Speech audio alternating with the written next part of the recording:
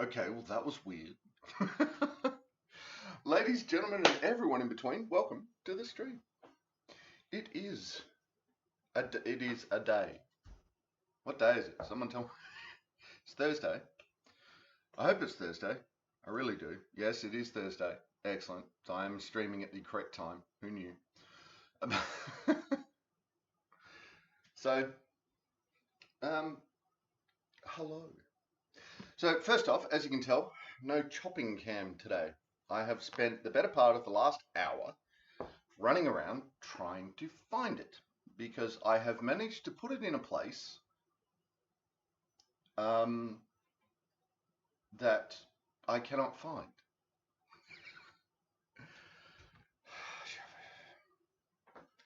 So Gurren Arg, but I can't find it. So not a lot we can do about that. So today you can see that I've already started part one of the process because this is a reasonably lengthy process. So part one is we are making a corned beef. So we will be, this is just part one of the exercise. So we take the corned beef and we put it in a pot, cover it with water, bring it to the boil. Then we ditch that water because as you can see, there's a fair bit of scummy stuff on the top. We ditch that water, we put it back in, bring it back to the simmer, and we let it simmer for ages and ages and ages. It says 2 hours or until tender. So how do you define tender in these things? I don't know. Poke it. poke. But there is not a lot of chopping to do today. The prep work is fairly minimal. And what we are going to be doing while that is cooking is we're going to be having a go at part one of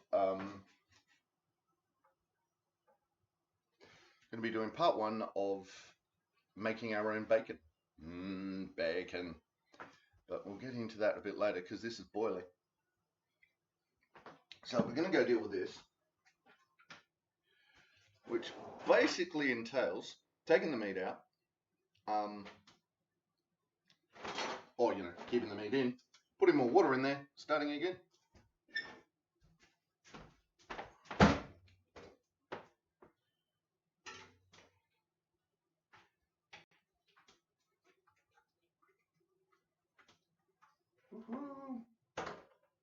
Stay.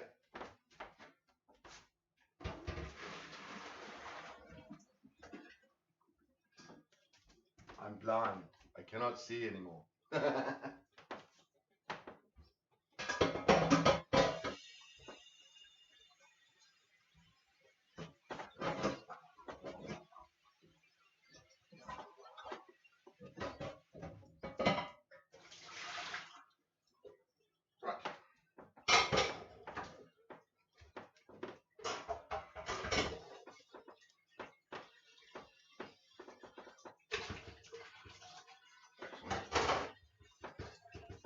Come out.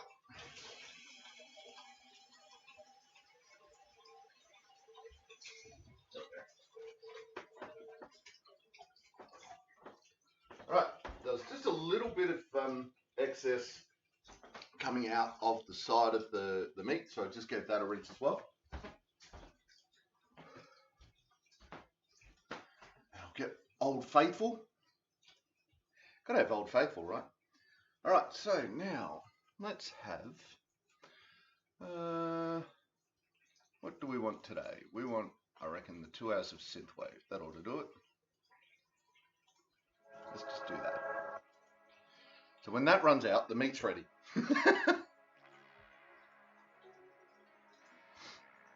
All right, turn it up a little bit. There we go. See how that goes.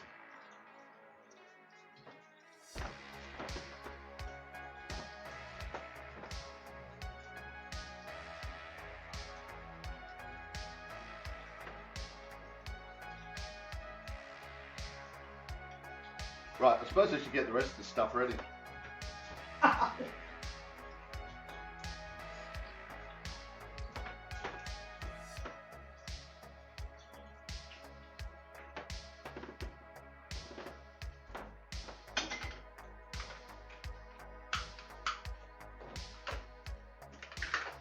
When I turned that on first time today, I turned that element on, and I'm trying to light the one over here, and I'm like, why isn't it locked up? The struggle is real.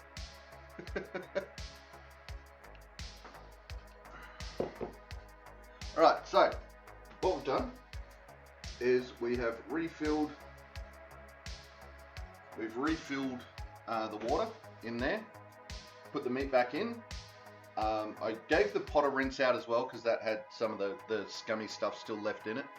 So I gave that a rinse as well, put it back in. We're going to bring it back up and we're going to simmer it. What we are going to do in the interim is we're also going to put in some other stuff. So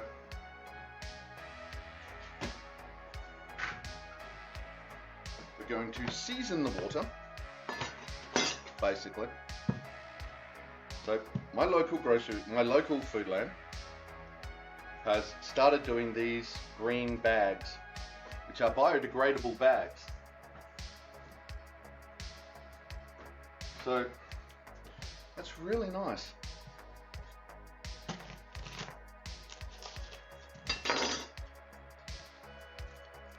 So what we're chucking in is we're basically chucking in, here we go, chucking in a mirepoix, onions, carrots, celery.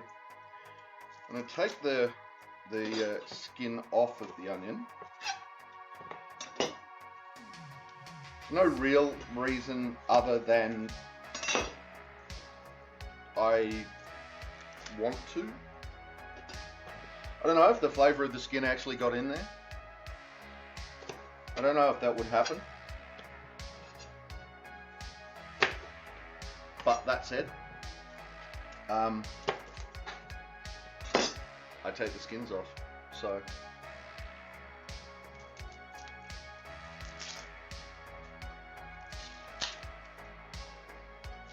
now, for a bit of added flavour, I'm going to put in some cloves. Now, cloves are, they've got some aroma to them. Oops. But they do tend to get lost in the water. So I just chuck a couple of sprigs in each half of the, chuck like 6 sprigs in each part of the onion.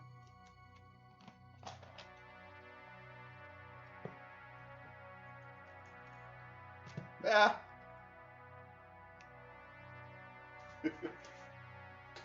Doesn't matter if they come out, it really doesn't.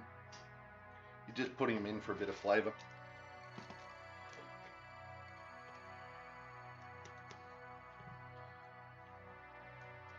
I really should find out where these cloves come from. I actually don't know. I've used them in cooking for ages, but I have no idea where they are actually from.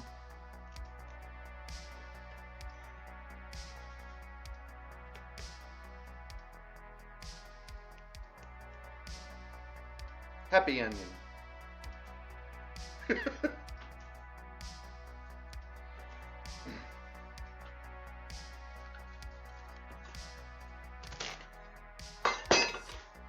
Now, all I've done is I've chopped the leaves off. I can go in, that's fine.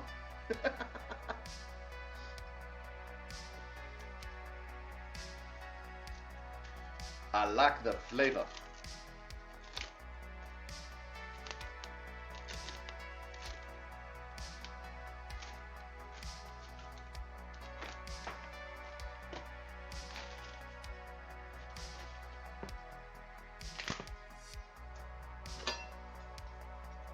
But also just going to put a stalk in as well.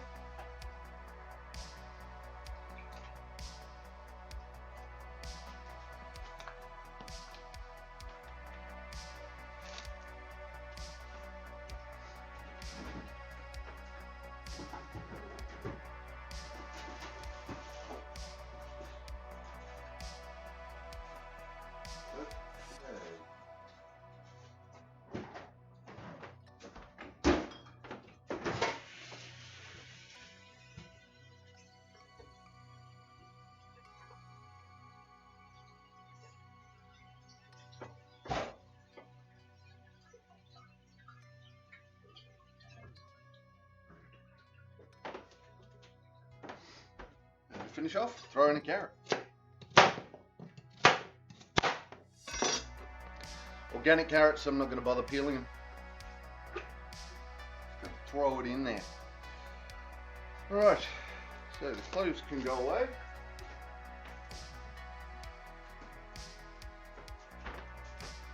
This one's going to be interesting because there's not going to be a lot of lick in the bowl in this one. Whoops, didn't even see the wok come through.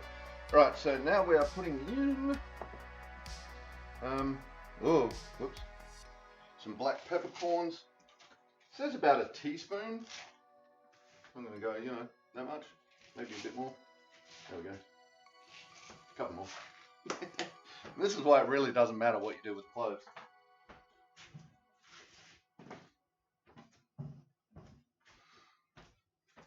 Oh, there we go.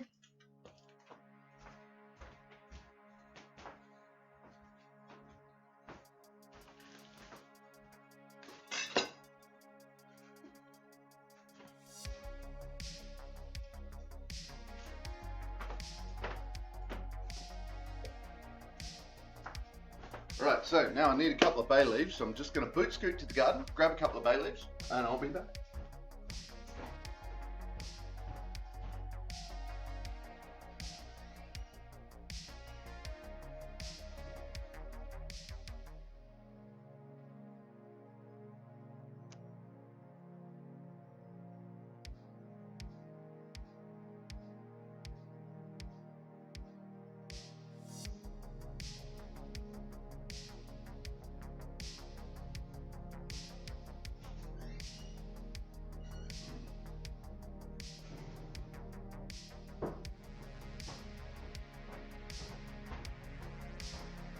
Bay leaves.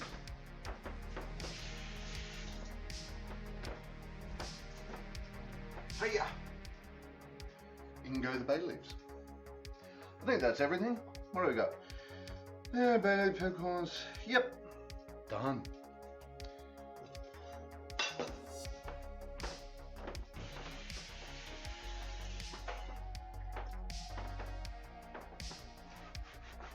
So now we bring that to the simmer, and that's it.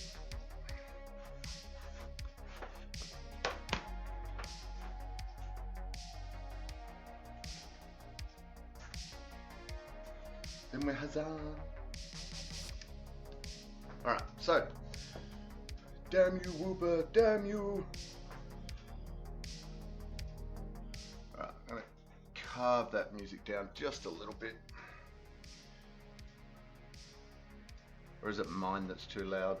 It's usually mine that's too loud.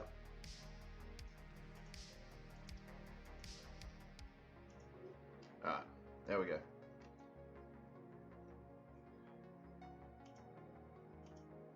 That's better. Just tweaking the settings.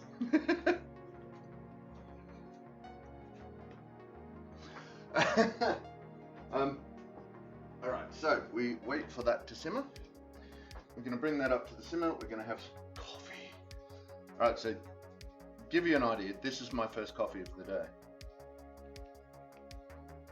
I tell you what. Fun, fun, fun in the sun, sun, sun. Right, so bacon. Let's talk bacon.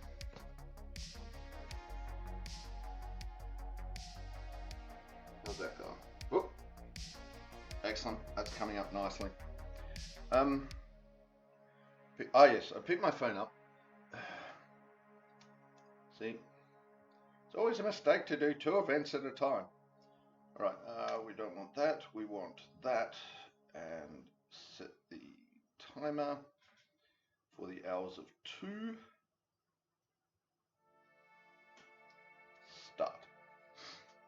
Alright, so in about 2 hours we'll take that out and we'll have a nice sandwich.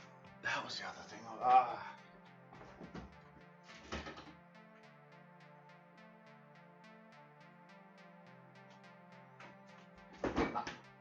Alright, so one of the beauties of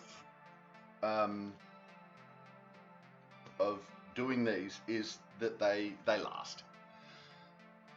They're one of those things that you can. I tend to slice up and freeze. I have a vac sealer that once it's cooled off overnight, like I usually we'll cut it up, we'll eat it hot, we'll leave it overnight, and then we'll have it cold on, or we'll reheat it for dinners, or we'll have it cold in sandwiches, whatever. But I tend to cut it in reasonably thin slices so that, and then I put it in the vac seal it, write the date and stuff on it, put it in the freezer. So similar to what we did with a heap of broad beans the other day out of the garden. I'll show you that.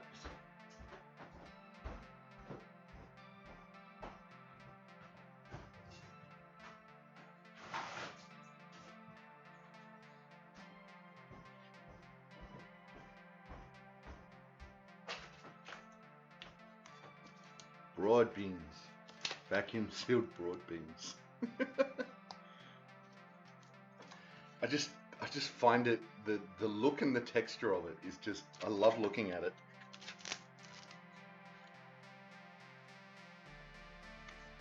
I just find it mesmerizing. Look at that. Anyway, vacuum sealer, handy.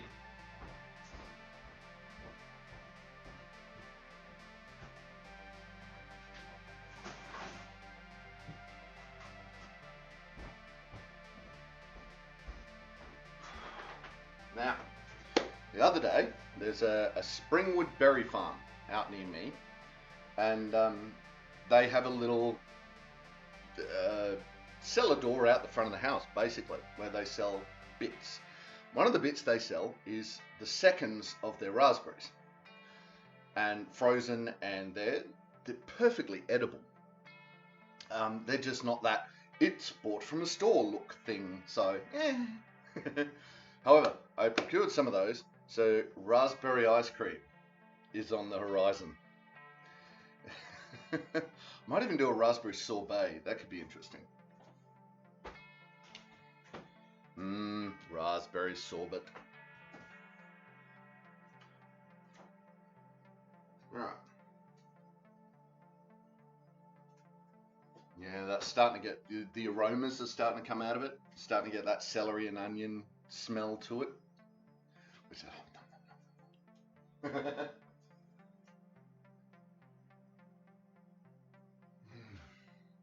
I just stick my head over that and breathe for, till it's finished.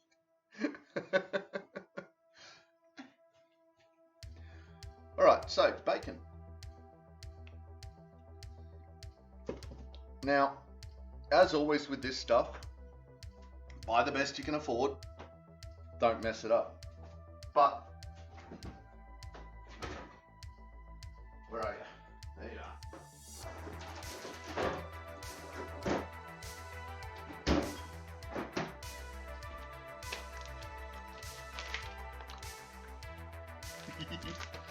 Slab o bacon. This is belly bacon. You're gonna have to check it for bones. Right, so this is straight out of the what do you call it? Butcher. I have a special butcher I go to get these. These ones are not free range because it's very, very hard at the moment for me to find free range pork. That said, I have found a place that may be able to do it for me, but we'll see. So yeah, this is 2.6 kilos of belly. It's the recipe that I use generally calls for between two. You can do however big you want, but I generally do it in batches of around between 2 and 2.5 kilos. Now we're going to have to trim some of this down so that it fits in the storage bag, but we'll still end up with probably 2.5, maybe a bit more kilos of bacon. So that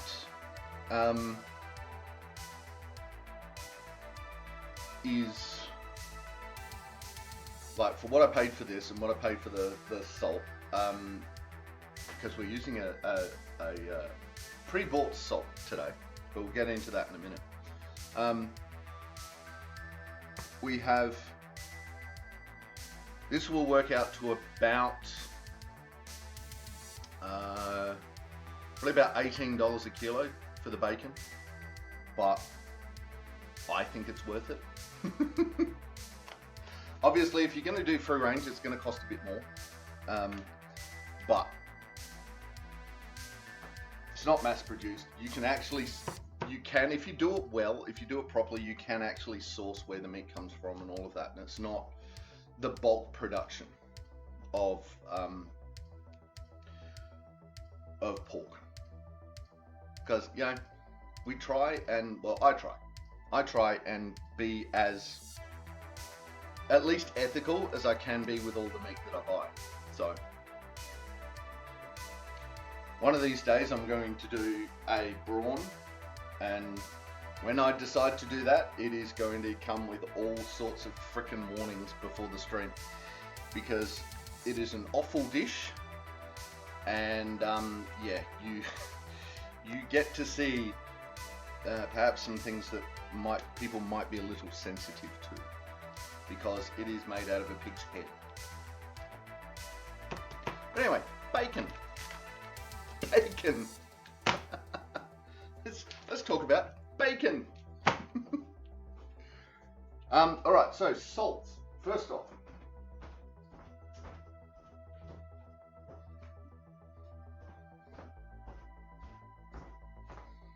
I would like to. There are no sponsors today. Okay, so if I ever have a sponsor for any of the stuff I do, I'll let you know. Until then, just assume that I'm not being sponsored by anyone. So I have this wonderful book, Charcuterie, The Craft of Salting, Smoking and Curing, by Michael Ruhlman and Brian Paulson. I know it's backwards. Now, this is the revised, the revised and updated. And this is where I got my original salt cure from, was from that. And that's my dry cure. That's the one that I got out of the book, but we're not using that one today. That one produces a really nice bacon. And part of the awesome about it is that you can, if you put that little bit too much salt on, it's not really a problem, because you can rinse it off. That's fine. But you can put too little in, and that's when your meat dies. Basically, if there's not enough salt, then meat dies. So I've learnt doing this sort of thing, that a little bit more, if you're gonna err on the side of a little bit more. That really is. So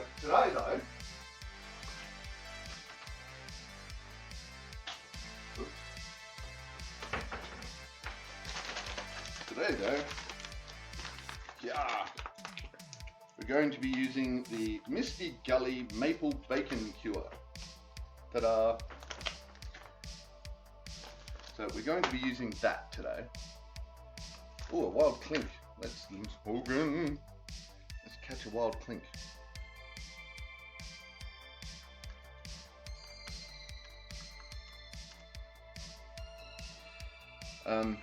Yeah.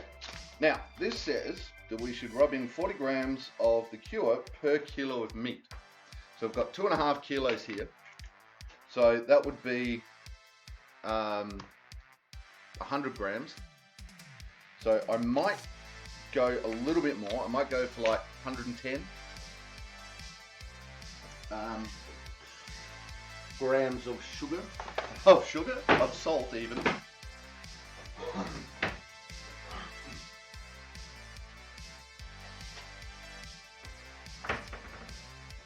So we're going to pre-measure that.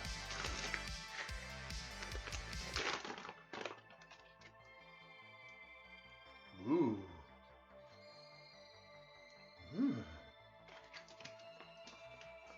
Okay, that has an interesting smell to it. Oops, that's way too much.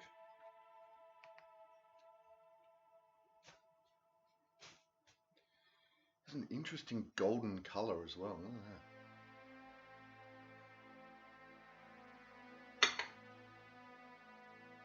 that. 110. Wow, 109. That's fine.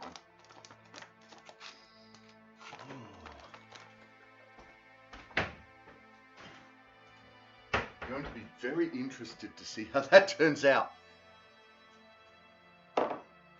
But we're not going to find out until next week.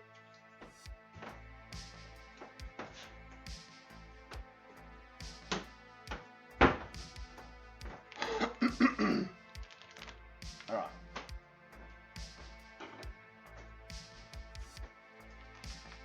Because this has to sit in the fridge for a week. Now,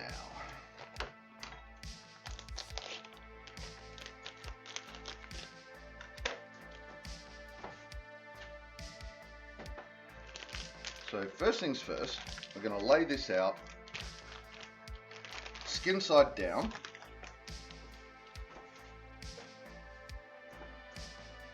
So, ta-da, skin side down, and we're just going to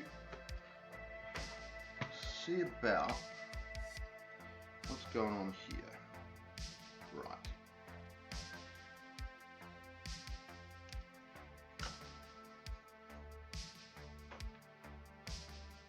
Uh-oh. It appears to have frozen a little bit. Alright. Cheating, hot water.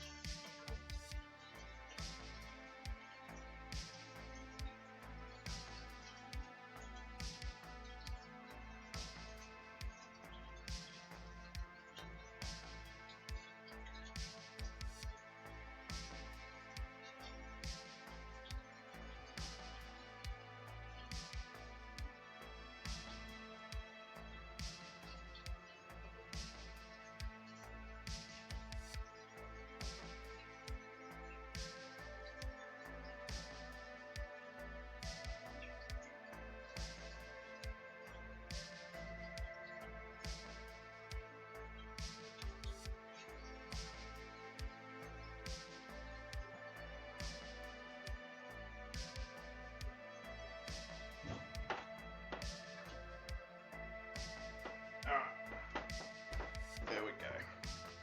So, there's a couple of things that you want to look for when you're doing this. So, the first, if you have a look, there is these extra flaps of meat. Alright, we don't want those.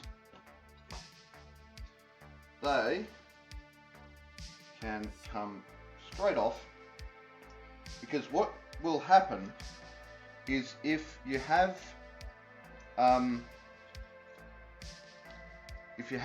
those sort of creases in the meat, whoops, when you're curing it, the likelihood that the salt doesn't get in there and that something goes wrong gets higher. Hey, I caught the plinth. Nice.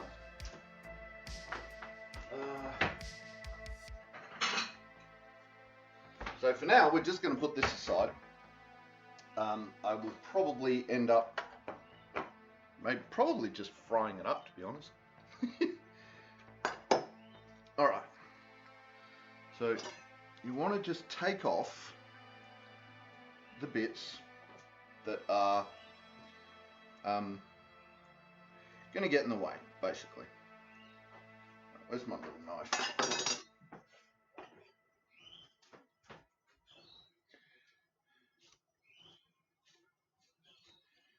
So I'm just taking off some of the fascia. Now, if you don't know, the fascia is the white stuff that is in between the muscles. That's the fascia. So we don't particularly want a lot of that. Well, it doesn't matter that it's there. That's fine. But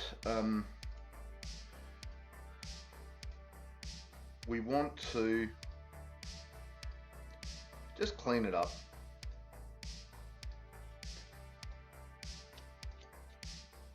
Just a little bit.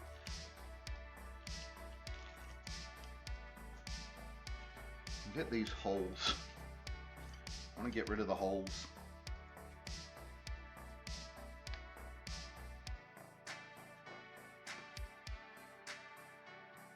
Because I've had a whole bacon go wrong because I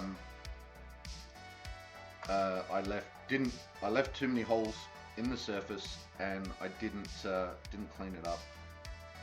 So it is definitely worth taking your time, cleaning it up, making sure you get as much of the bits in the right spot as you can.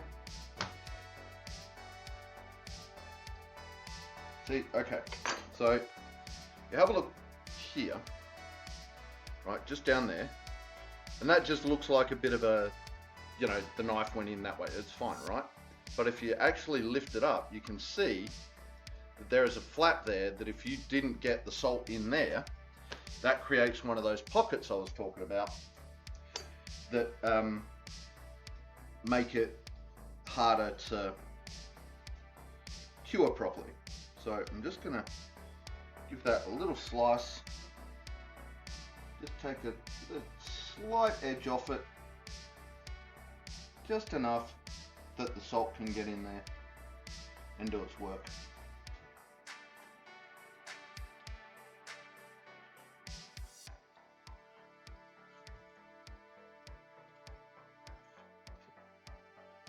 And just working the fascia out.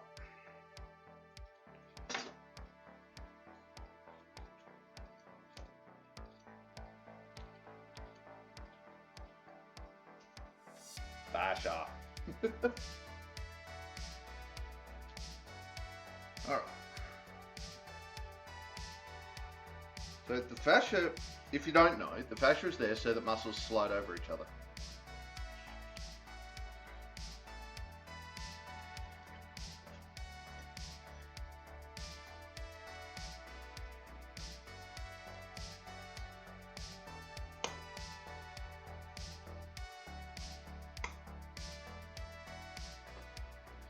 That's the actual function it serves.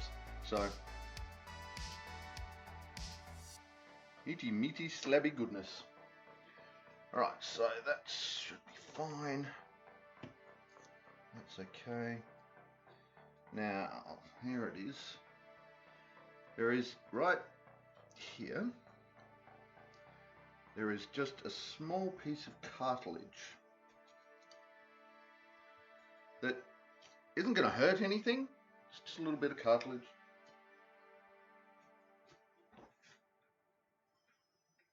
Okay. Can just hear this starting to get a little bit ornery. So I'm going to turn it down a little bit. It's not going to hurt anything, but finding bones in your bacon, not something I look forward to. All right. That's. All right, I'm going to take the risk on that one. Right, there we go. So now we need to trim it down just that little bit to make sure it's going to fit in the bag.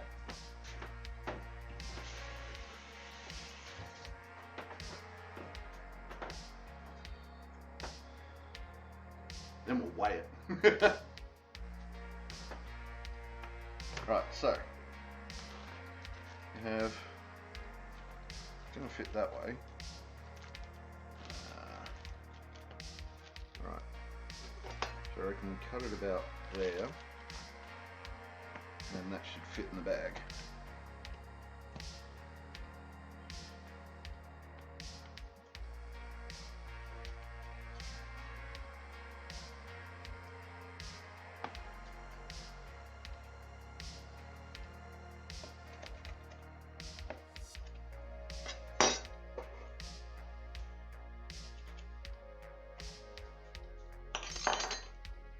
Damn, still need to sharpen my knives.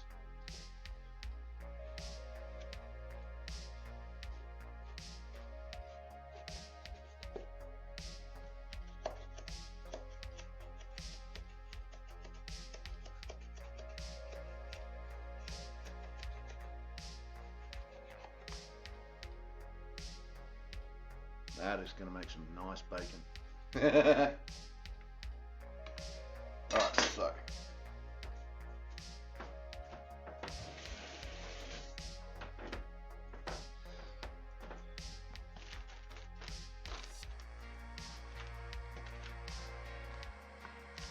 It's going to be a tight fit, but here we go. Alright.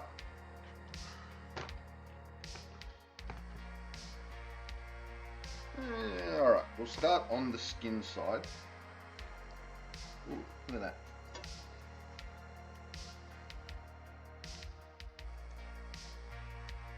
Come here. Nope. Oh, fine, see if I can. Alright, going to put a bit of cure on the skin. And we're just going to rub it in. Now, all of the salt needs to go on. That's the important part. So, what's going to happen is that the salt is going to draw out the moisture in the meat. So, obviously, as we go, it's not going to draw a lot through the skin. So we've put a little bit on the skin, and the bulk of it we're going to put on the meat side, and we're going to really rub it in to make sure that it gets into every little nook and cranny.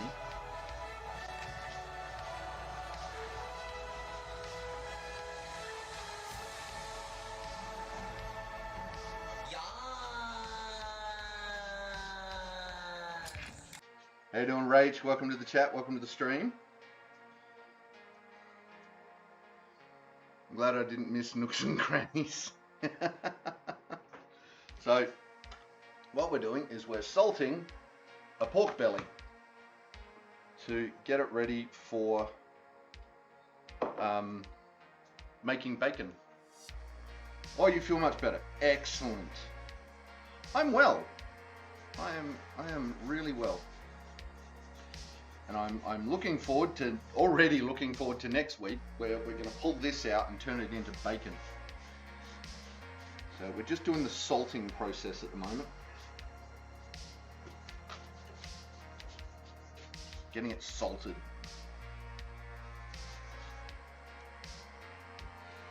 And I've, as you can probably tell, I've lost the, I've managed to lose my chop camera. I have no idea where it is. It is utterly AWOL.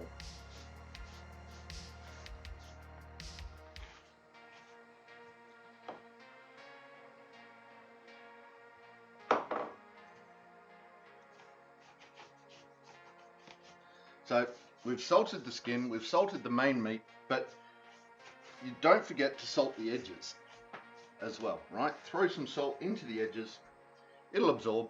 It'll be fine.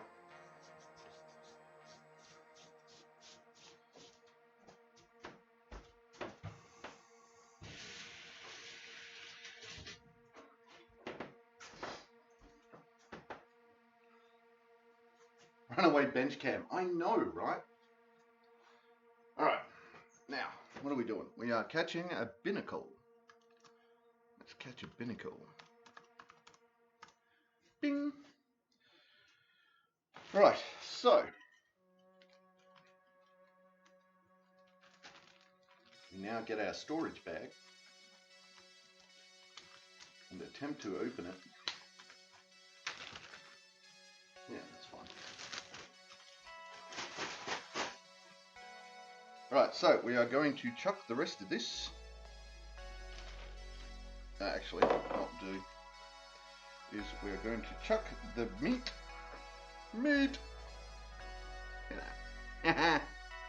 Bacon goodness.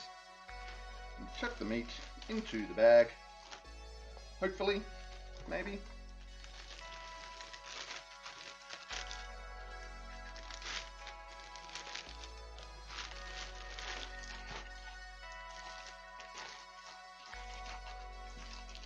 In you go. Alright.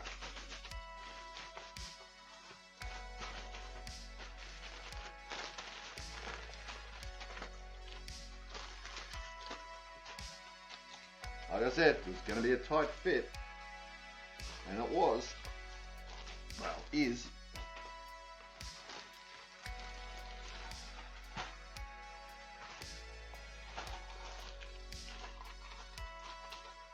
Ah. Bacony goodness. Hey, nice catch, Rach.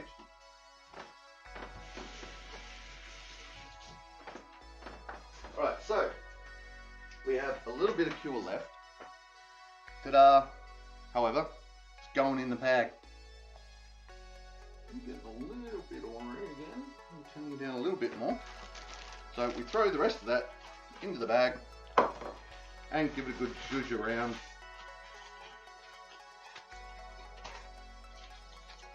Now that is going to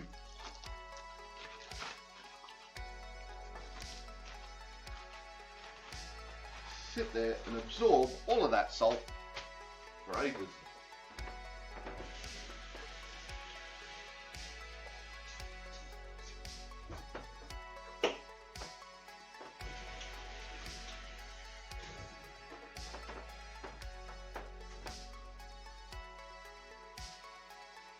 I've only ever had pork belly roasted, so I'm looking forward to next week too. Aha!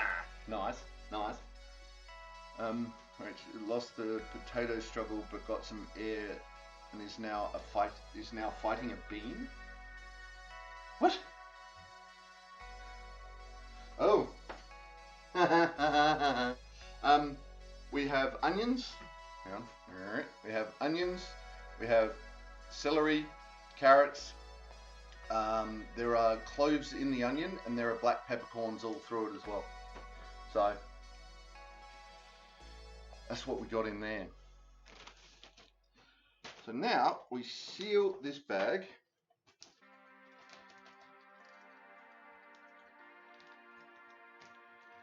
Most of the way. And then we squeeze out the air. Now you don't need to get it all out.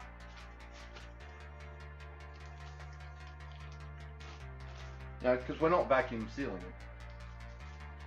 Like, you just want to take out the excess air.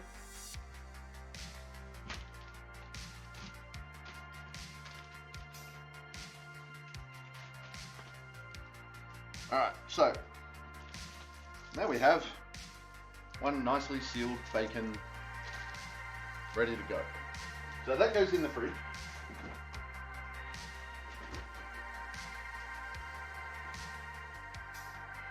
Somewhere.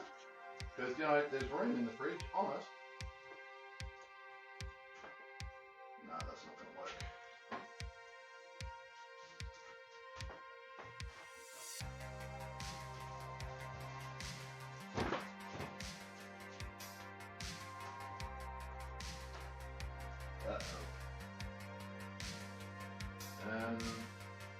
We may have a small problem. We do. God damn it. Alright. We burst the bag. Well, it looks like the bag was actually cut. But we burst the bag. And we can't have that because that bag is going to get full of liquid.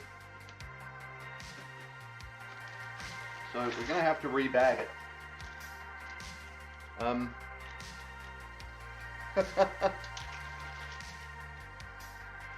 Okay, replace potato with onion and replace spinach with celery. Yeah, fair. Just so you know, for this stream, I will be tracing the wild adventure of that carrot. It just popped up and has gone back under, so I'm waiting to see where it reappears. That works. Alright, so that is a problem. But that said, I'm glad we found it now rather than finding it tomorrow, where we've got bacony liquid leaking out all over the fridge.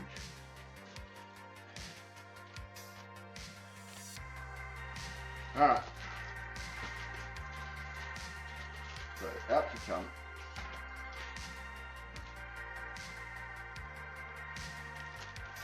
Back in that one you go.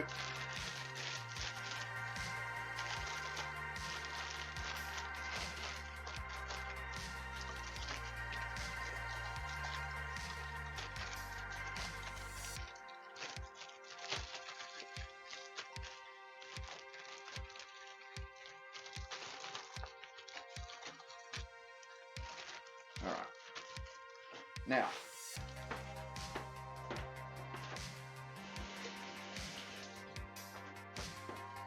we lost a bit of salt there because of transferring bag.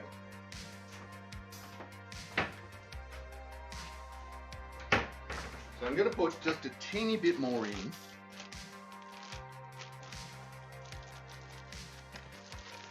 But I'm going to put it on the skin side this time.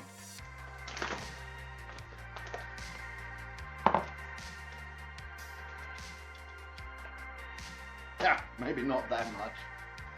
Getting a bit over eager. Yes, mystery fridge liquid is never fun, you're right.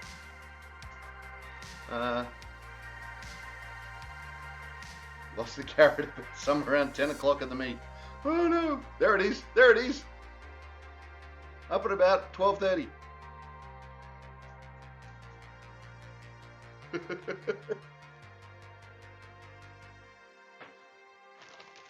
All right, so we're gonna, whoop, maybe that much. Put some extra in there. Wrap that around. All right.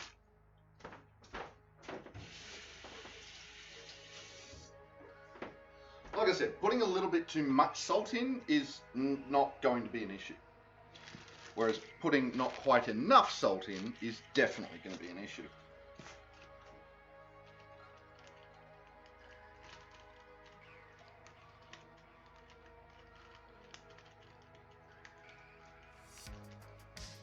Now, the other problem with this is that the salt granules get into the seal. So you really want to make sure that you've got that seal sealed.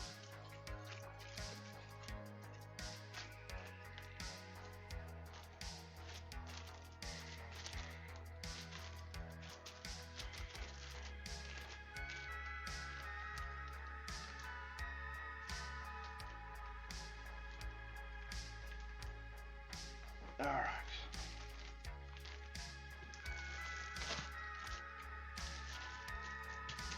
Right, the amount of goo that's already coming out of that, I mean, you can see, look, you can see that that's already got liquid just oozing out of it.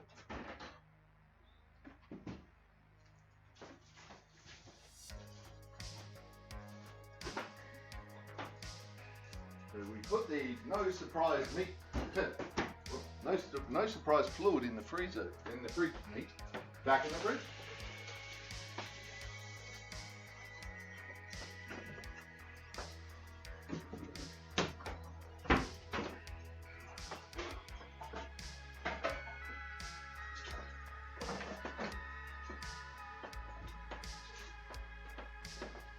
Then we do a little bit of cleaning up.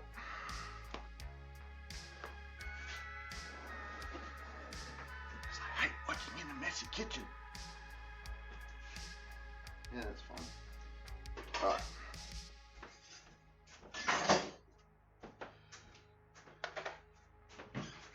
Oh, forgot to weigh it. Oh well, she'll be right, a couple of days.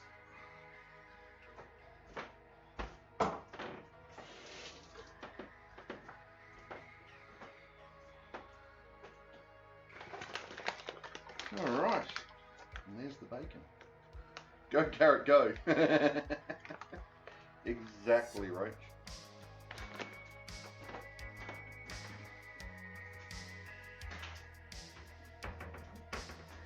Now, it does say to do this partly covered, but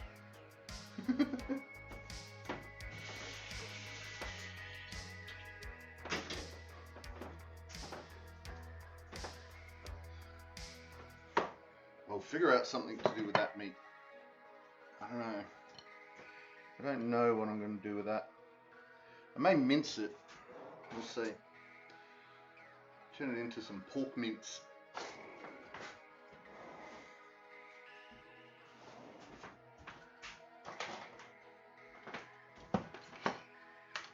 Might just fry it up.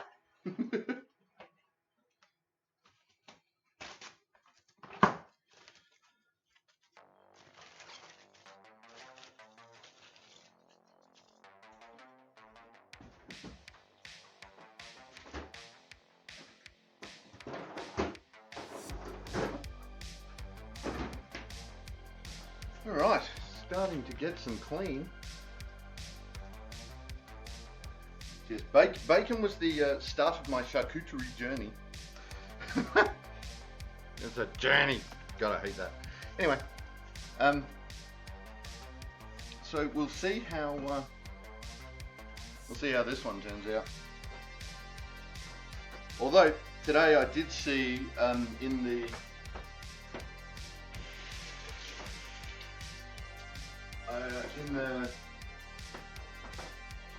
something shop.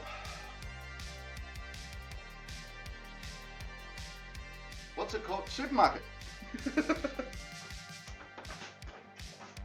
In the supermarket today, I saw boned pork legs, and I'm looking at it going, you know what?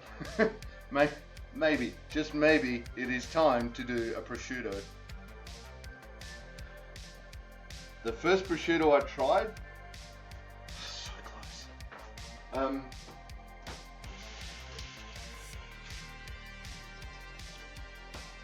This is where I found out that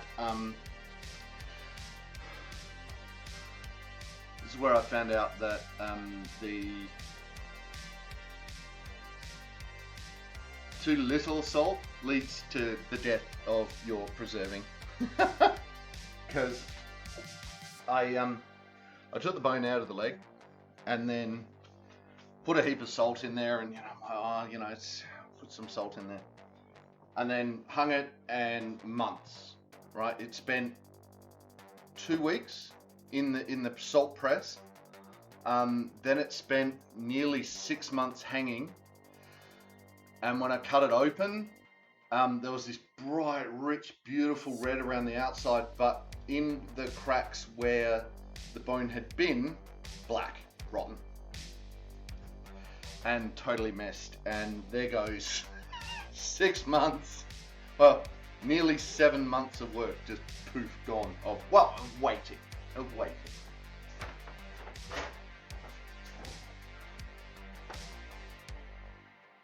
Yeah, I was not a happy camper.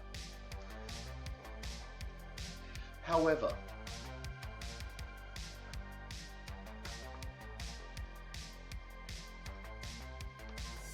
there is now hope. So I may have to go digging through my stores and see if I can't find the preserving bucket. I know where the salt is. But yeah. Oh, supermarket, something dark side, right? You're a good man for not depriving your viewers of both bench and carrot tracking. I know. That camera has just disappeared. It wasn't where it should have been. Where I normally put it after stream, it wasn't there. I tore that. Well, I didn't tear the house apart, but I looked all over the house. And to be tearing the house apart after stream, you can be damn sure about that. And just poof, just gone. I have no idea where it's gone. Fortunately, kinda, it was the cheap camera. So, now that said, I think I found a little devicey thing that I could use to get a better overhead shot. Problem is, it costs $80, which is just, what the hell, people? So, we'll see. We'll see about that one.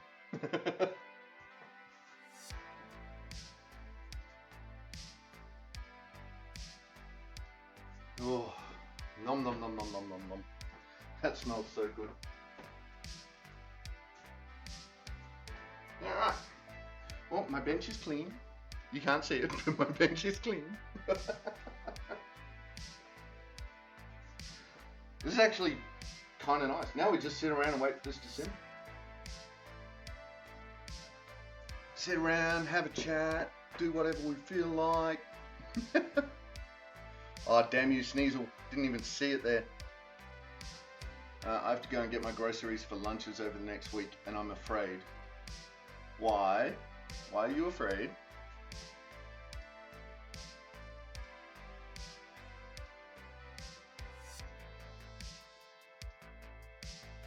I don't know why you're afraid. Are you afraid?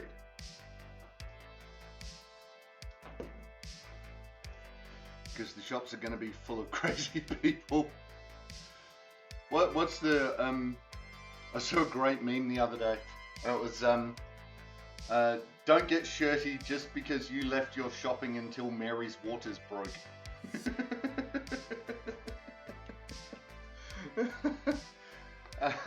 And I found that very amusing.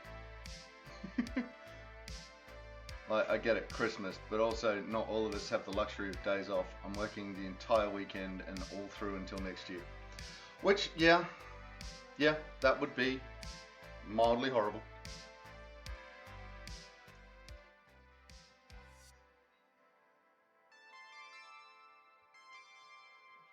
No.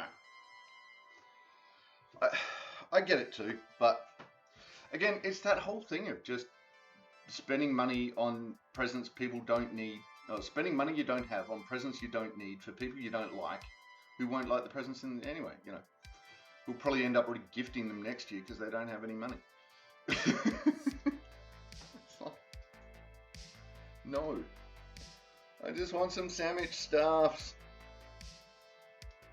No, I'm not ooh-wooing. No ooh-woo, Reg. Maybe I'll do that, you know, 100,000 or like a million points, and I'll ooh-woo.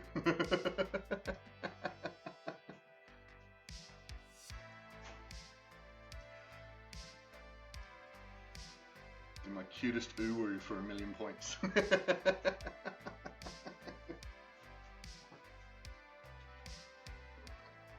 Just a little bit. And the water's still covering it, so that's fine. It'll be fine. It's fine. It's fine. All right, so we're nearly halfway through the cooking, so I might have to find something else to do. Ooh, we could have a look at some raspberries. We could have a look at some. Let's see what the raspberries look like.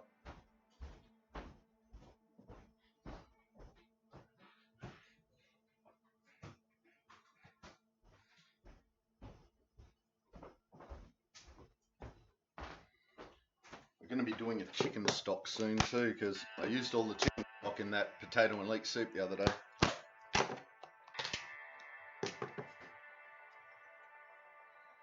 So these are raspberry seconds. 2 carrots. Look hard, there's 3. There's one above that. There's one sort of there as well.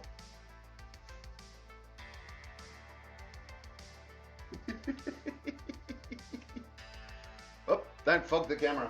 Alright, fine. Alright, so these are what they call seconds raspberries. So, I think there's a kilo. 400 grams. So, cold. Brain freeze. Yeah, these are seconds. So, and they cost $12 for 400 grams. So they're a little tart. 3 carrots. Rachel's losing it over the carrots.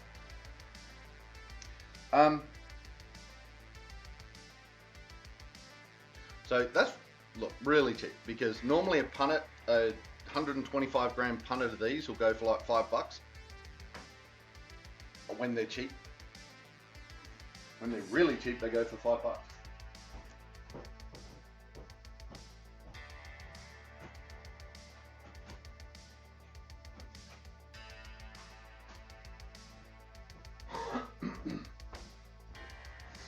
But unfortunately, we don't have. Just before I finish that sentence, let me make sure. No.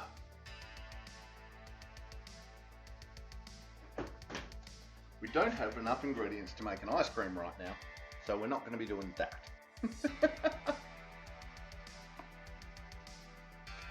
Alright, so let's see while we're doing that, let's have a look in the book. See if they've got anything for prosciutto. And see what they recommend. Pork. Pork, salt pork, smoked, suppressor, Spanish chorizo. Because we do have to get into making some more some more charcuterie. Pork, no. Alright. Prosciutto. 53, 54. Hang on. Prosciutto di Parma. Okay. 193. Where's that?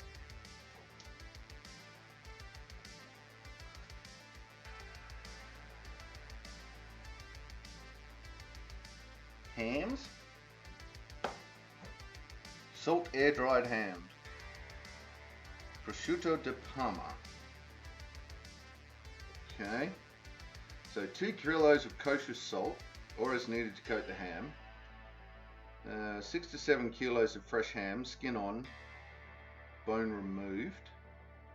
Alright, so rub the salt heavily all over the ham, especially on the exposed flesh and around the exposed femur bone. Ah, see bone in on that one.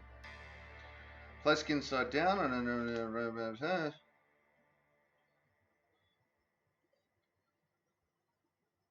yep, okay. So, cover it in salt, weight it. Place it skin side down in a non-reactive roasting pan or plastic tub. Cover with plastic wrap and place another pan on top. Weight the ham with about 5 kilos of cans or clean bricks. Refrigerate for 1 day for each pound or 500 grams. I haven't got a fridge big enough for that. Alright.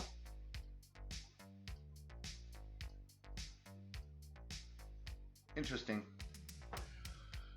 So 1 day for each 500 grams. So that'd be like 2 weeks in a fridge, really? Okay.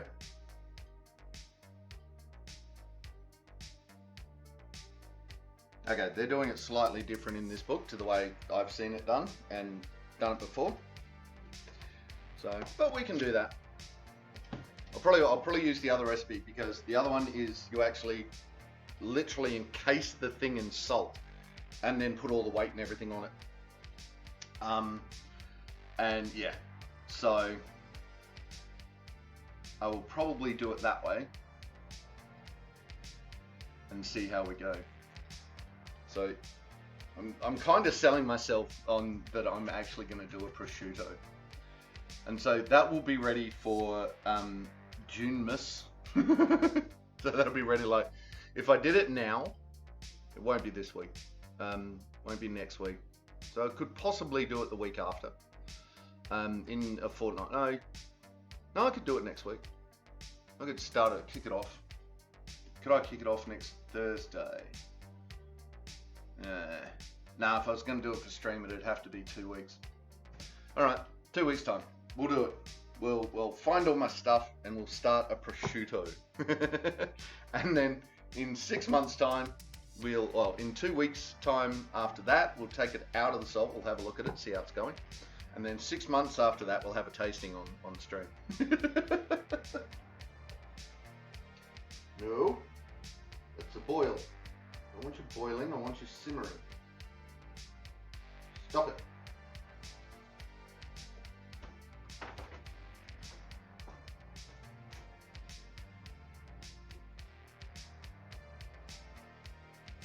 Ah, it's starting to float. Which happens. Actually, don't know if it's floating or the water's evaporated off too much. So let's throw the kettle on, boil a bit of water, see what happens. We may have to cover up the carrots.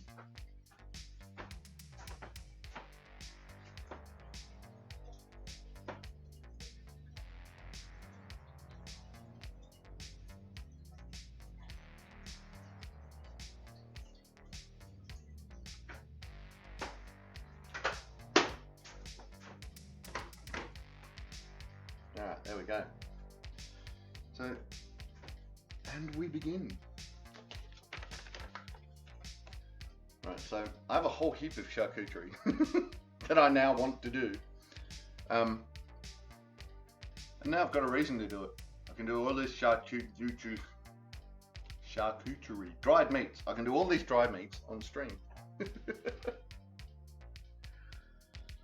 Hopefully. And assuming I can find my other camera, find what I did with it.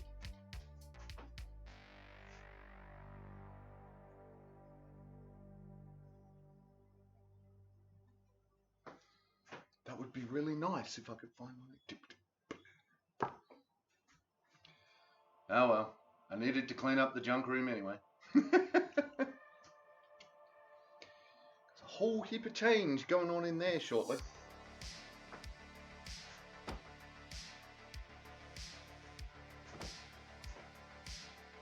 Lasai. Lasai, I say, Lasai.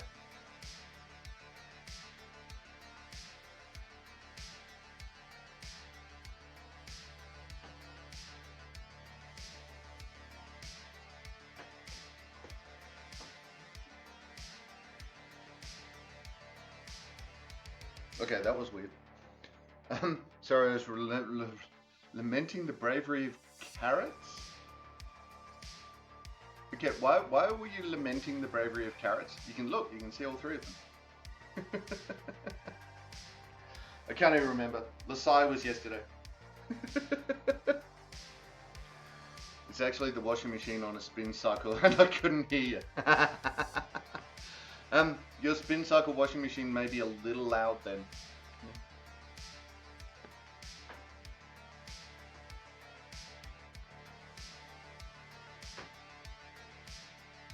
So weird. Alright.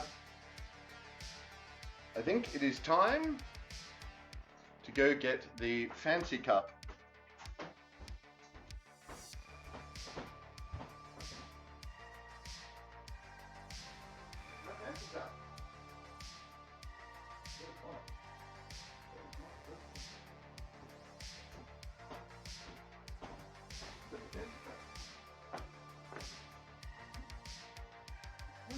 Everything for that. Okay.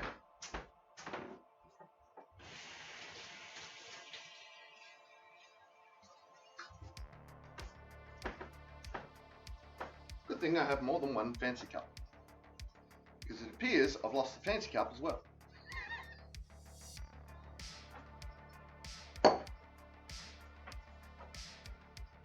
Fancy.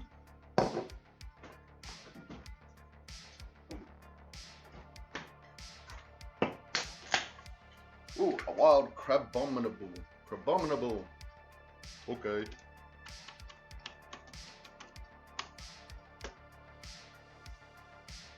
One of these days. Yes, right. One of these days I'm going to have to make a list of all of the Pokemon that I'm missing.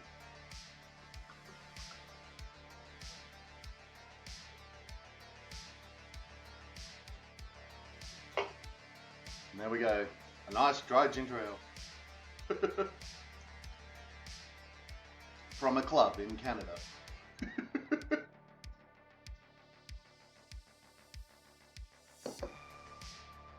Alright. Come on, kettle, boil. So I'm just boiling the kettle to see if the meat is floating or whether we're running out of water. So I don't want to put cold water in there and stop the rolling simmer. Nope, floating.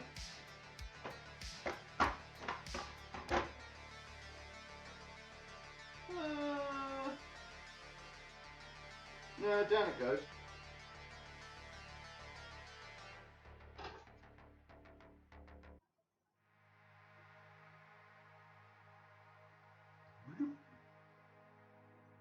Yeah, that's alright. Sitting just below the waterline, so I'm okay with that. Hey, nice catch, Rage. Got the crabominable. A list? Oh, wow, that's got to be expensive. Aren't there thousands of Pokemons? Currently, I think in let's go find out. I think there's only like 860. I think is the is how many things there are.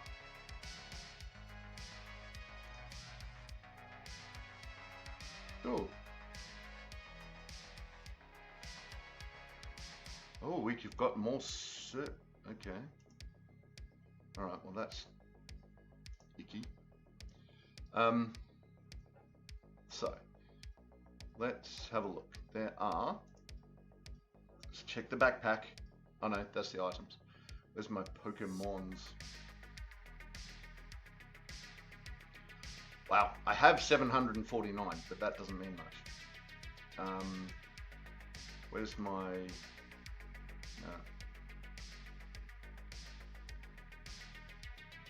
Where's my Pokedex? Come on, give me my Pokedex. So I have, there's 898 and I have 452.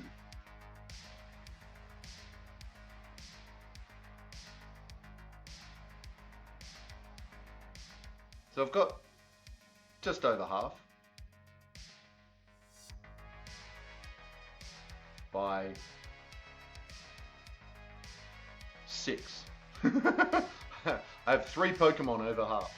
So there you go. That's not too bad.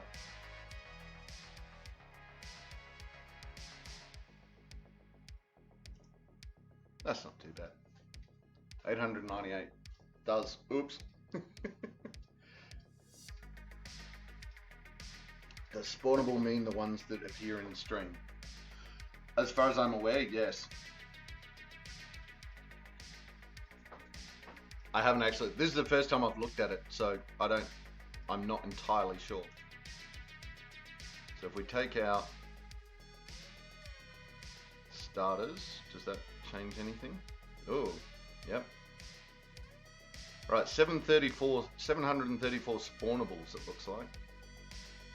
So I don't know where you get the rest.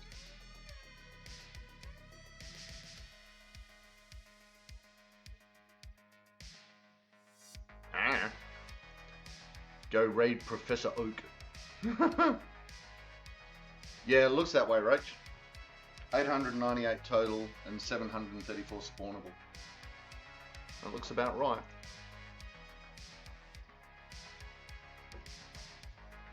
There are 5 carrots. There are 5 carrots, Rach.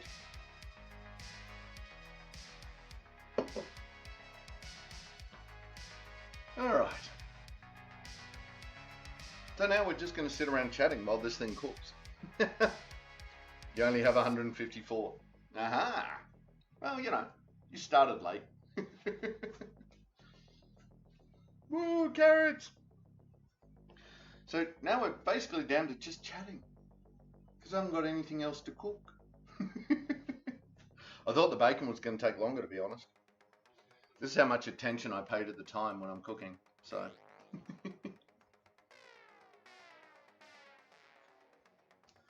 Alright, so while we're doing that, let's have a look at the Discord. Let's see, because I'm starting to get things running on this computer as well as the other one. Do we have anything in game suggestions? What have we got in game suggestions? Nothing. We got nothing.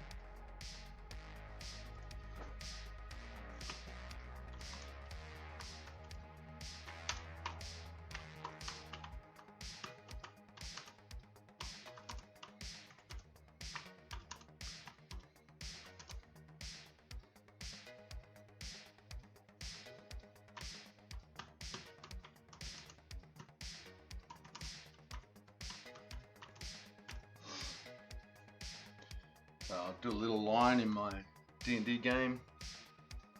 We're trying to break into a control room, and so I've just gone, I watch, being totally out of my depth, breaking and entering. Because that's funny. It's funny to me.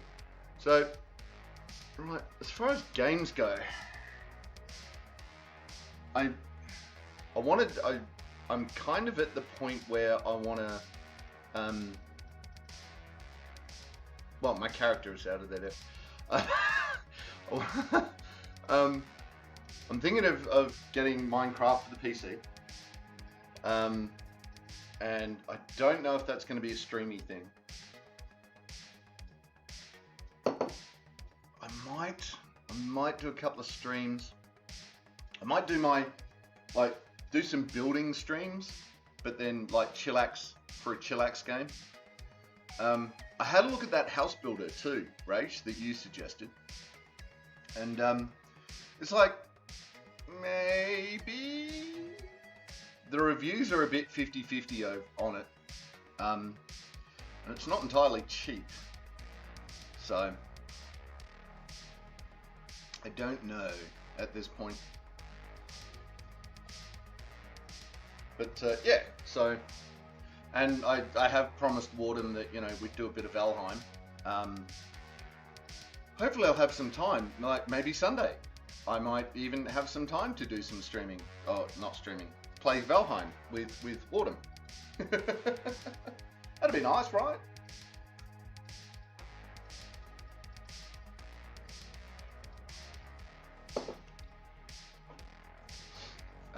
But yeah, so we might do not this Sunday obviously because it's Christmas, but some other Sunday maybe. Honestly, I can't even remember where I saw House Builder. Well, it is. You did put it up as a recommendation. So I had a look at the one that Viking put up, which was the Evil Genius, I think, Evil Genius 2 or something like that. And I had a look at it, and then I had a look at all the add-ons, all the you know, $2.95 for this, $5 for that, and it's very much like the 2 Point games, where you have a look at the game. And, you know, the game is reasonably priced for what it is. And then you have a look at, the amount of money you have to, well, you don't have to spend, but the amount of money you spend on top of that to get all the little bits and bobs and things is ludicrous. It's like 5 times the cost of the game. And I don't know about most people, but I find that really off-putting. I find that to be... like why? Just why? Evil Genius is loads of fun, but there's so much DLC, but it's also not upgradable. Like you start and a week later there's an update, but you can't add that into the oh wow, really? But you can't add that to an existing game. That would be frustrating as hell. So, yeah, kind of glad I didn't go there. Yes, for anyone watching along, in the Discord, there is a new section that is for game suggestions for Twitch. So if you have an idea, we have a game you would like to see me play, throw it in. I'll have a look at it. Pretty sure that's what Mackie was saying, but he started it ages ago and stopped because of that. Yep. I mean, if you're just going to do the base game, play it for the story, sure. You know. Whereas, this is one of the things I'm enjoying about Farthest Frontier, is as I'm going through and playing it, I'm finding more things, like as they update it, because I'm playing it in early access, and as they're updating things, I'm seeing the changes. I'm finding new things to upgrade. Like, if you're watching the other day, the little strips of garden that I put in between the houses, originally when I started playing, they weren't upgradable. They are now. So, you know, you can upgrade them and get more stuff, which is really nice. So it kind of says to me that it really shows me that they're working on stuff. The one thing I haven't liked is that they've adjusted the birth rate for the cows in the farms, and that's what do you call it? That's they've lowered it and made it harder. So But we'll see, because the upgrade, when I did the upgrade in a previous town to the barns, the birth rate after made it really not worth upgrading. So we'll see what if they fixed it.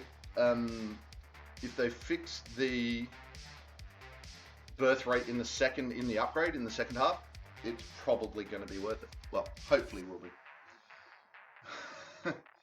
But he really enjoyed it when he was playing. Yeah, that's fair. So come and join us on Discord. There's a link. Thanks, Rach. See, this is why you're an awesome moderator, Rach. Look, sometimes if you mention snacks and bubes, Mackie appears, but I don't know if he had a late night with Moya or not. He may still be sleeping. Oh, well. She'll be out here soon enough. I believe that Moya's coming out in March. She's coming out. So we finally get to meet Moya IRL.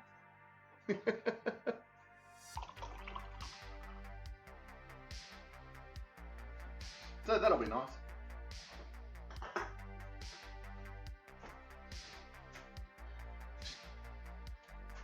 Keep looking around for that camera. Could it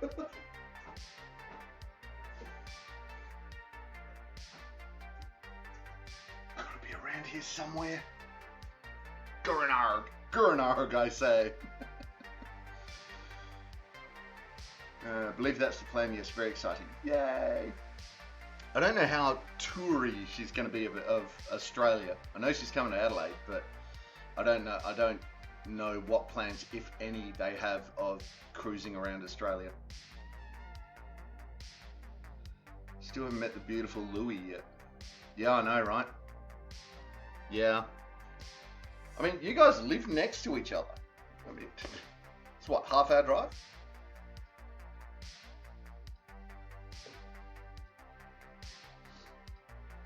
Yeah, such a thing for Tigers.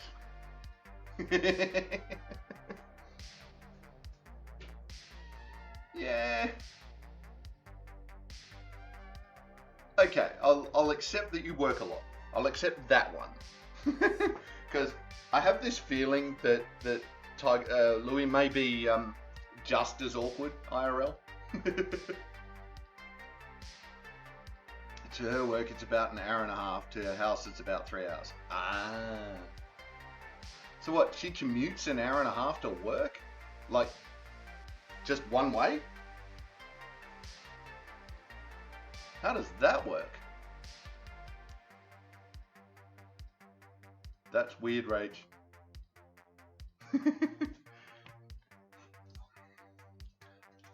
I'm not shy at all. No. Hitmonlee. Alright, let's catch that thing.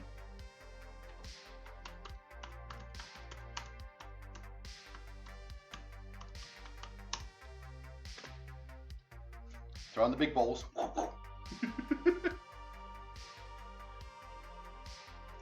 I can afford a ton of Ultra Balls. Let's buy some Ultra Balls. I don't even know how many Ultra Balls I've got.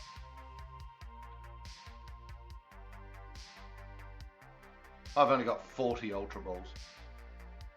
Whoops. I think Ultra Balls are better than the Great Balls. Yeah, Ultra Balls are 1,000 each.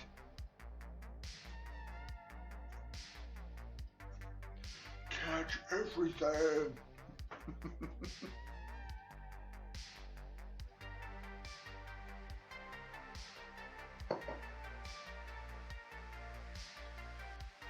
I just have weird social anxiety that developed as I got older. I didn't used to have as much trouble. I used to travel and meet people and go new places, and now I struggle to even go into a shop or business I've never visited before if I'm by myself. Okay. Yeah, fair enough. It's been an interest. Is this been a recent thing, or has this been a COVID thing, or was it before COVID, or? Because it's been interesting. Hey, caught Hitmonlee. I don't know why I'm like this. Thanks, Rach. It's an interesting thing of COVID that I've had like, I'm an extrovert, so, you know, I'm not comparing myself to anyone who has actual social anxiety. But I found that like as COVID stuff started opening up and people got back together and stuff, my brain was going, I could just stay inside and not go out, and and kind of reintegrating was, it was just a little frizz in the back of my mind. So it was nothing like the social anxiety that people with that actually feel. But it got me thinking that if someone like me had that little fizz in the back of their head, how are people going that actually have trouble with that sort of stuff? It's like, it must be amazingly difficult to go, hey, I've just had peace on earth and goodwill to me because I don't have to go outside and I can just stay inside and do whatever, and and now I've got to go back outside again, and yeah. If that makes sense. Before COVID, probably over the last nearly 10 years, I guess. Okay, yeah, fair enough. COVID definitely didn't help though.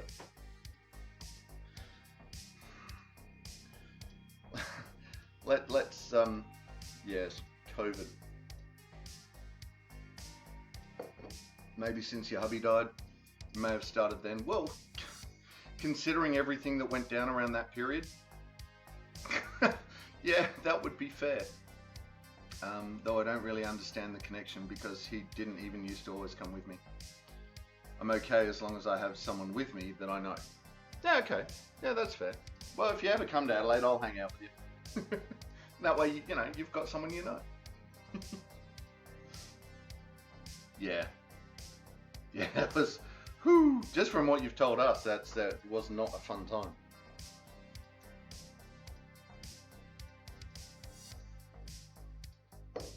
I promise, Tiger keeps threatening to one day make it down to Adelaide. This is why I'm practicing raspberry ice cream, because it's one of her favourites. Oh, I could do a raspberry sorbet. Do I have the ingredients to do a raspberry sorbet? These things that shape us.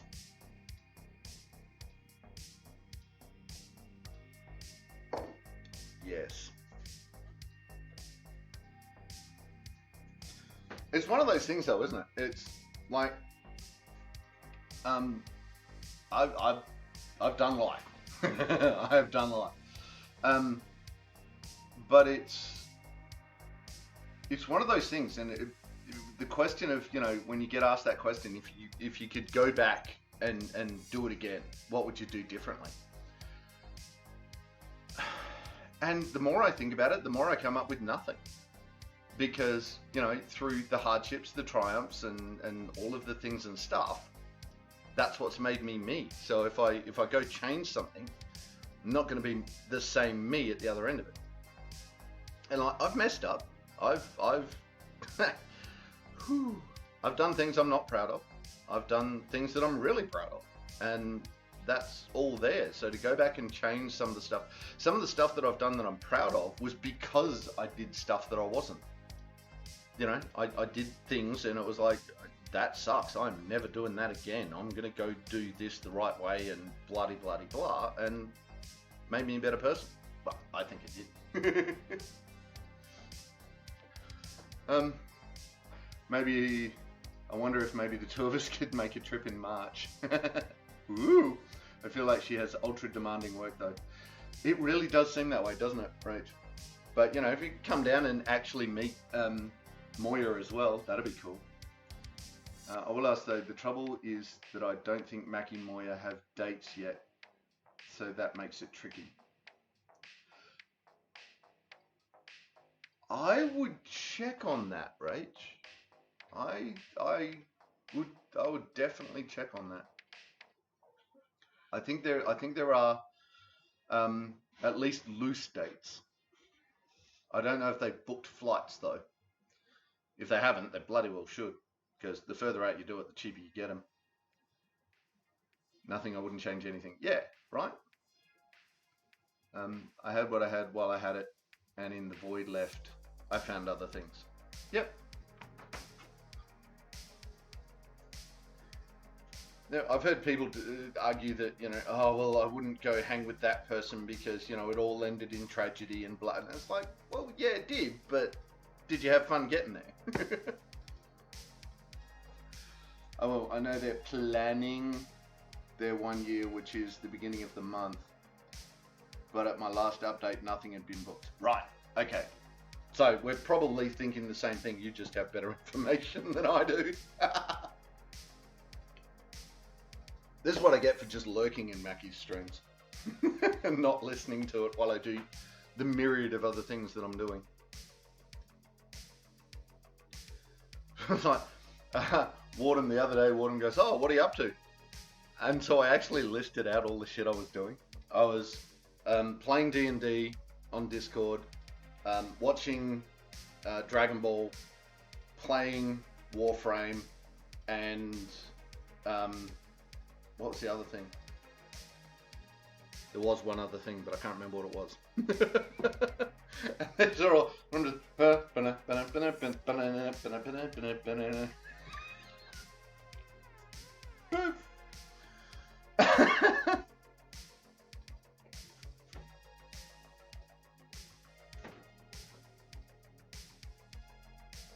Dip. Dip.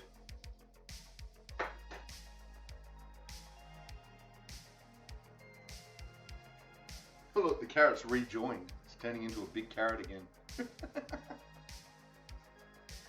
Just love the smell.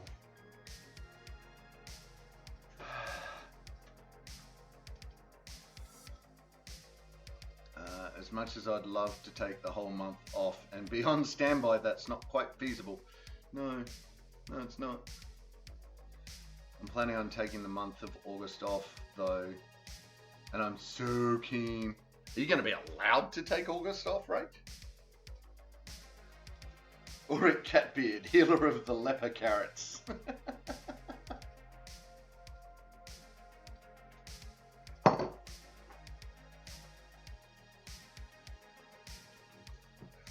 The power of Ulrich compels you.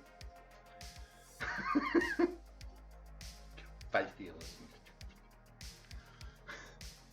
No, I'm not going to start on that.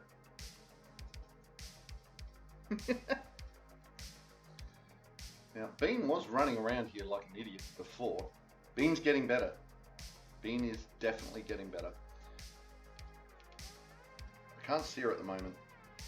Might go quickly see if I can find Bean and we'll get Bean on stream.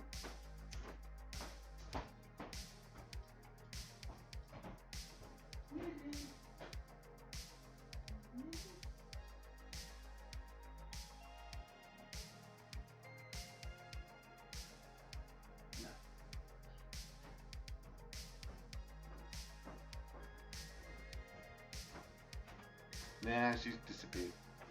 I got a little grumpy at her earlier today because she was. I put the internet cable out and connected it up so we could do the stream, and she then thought my internet cable was a chew toy.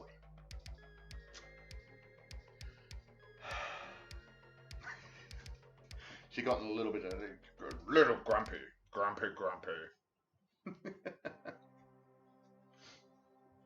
Right, it's my long service, so they kind of don't have a choice, but they have to give me at least 4 weeks and up to 6, but probably not 6.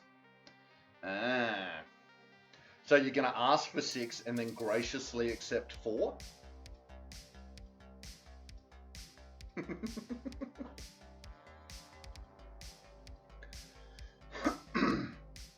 But yes, Bean is adjusting well. Bean is adjusting to the house well. As long as they get 3 months, you betcha. See, seriously, do it. I would like my 6 weeks, you know. Oh, we can't really. Well, I'll accept 4. But it's a hardship. Love me more. With money. In my paycheck. Because then I get extra penalty on the 2 weeks they take off me. Ooh, okay. How does that work? Mr. Beast, how you doing? Welcome to the chat, welcome to the stream. Ooh, you have a fun icon. What does your icon say? Cheer 1.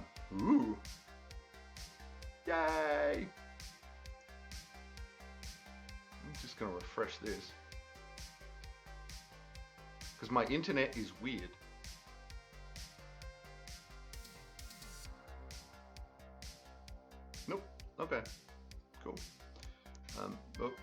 that. So, welcome to the chat, welcome to the stream. How you doing this fine, fine day? We are currently, we're just waiting for, we're sitting around having a chat, waiting for the corned beef.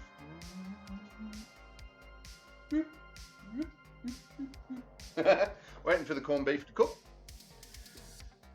This weekend, my dog and grandma. Your grandma. Ah, cool. Rachel, get a shift penalty of 12.5% and a leave loading of 17%. So if they reject my partial leave, they have to pay me the higher percentage. Oh, nice. Oh, no. Oh, jeez, dude. Your dog and your grandma died. Oh, dude. I'm so sorry to hear that. That's, wow. Yeah. That's horrible. And for what it's worth, you have my condolences.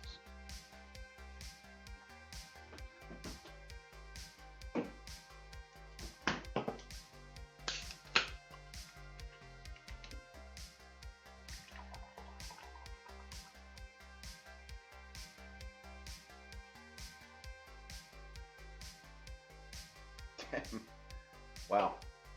Sorry to hear that.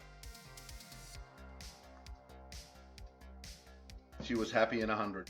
Oh, hey, got the century. Good innings. Yeah, I don't think I'm going to make it that far, I tell you. Thoughts, prayers, and hugs, whichever you need. Yeah.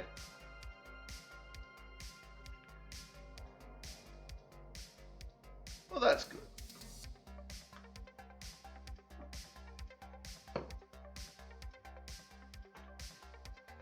It's still never easy though, is it? Losing a family member.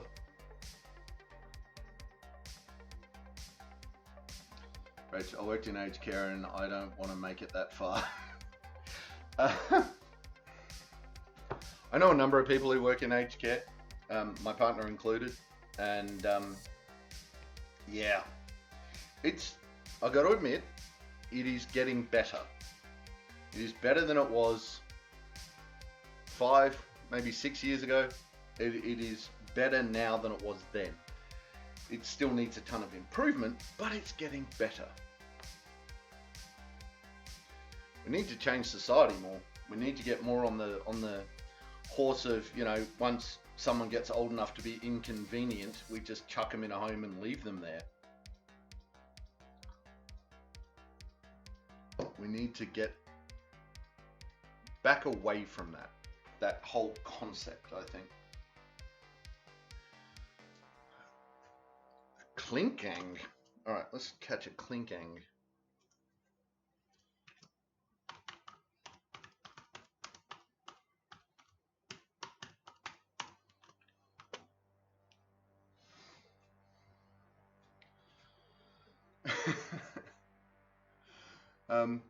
Yeah, in the old system, like, because on paper, I'm horrible. Like, physically, I'm a broken mess on paper. But I have my good days and I have my bad days. So the way aged care was being run, I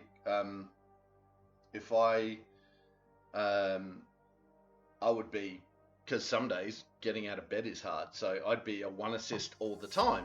But you know, 80% of the time, I'm running around doing my own thing, whoop, whoop, whoop, whoop, whoop, and I'm fine. And then I overdo it, and then I fall over for a week.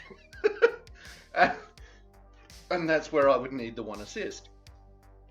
But the system as it was, it's changing now, but the system as it was wouldn't allow me that.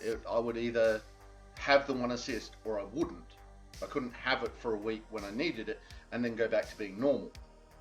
Well, as normal as I get. So, yeah.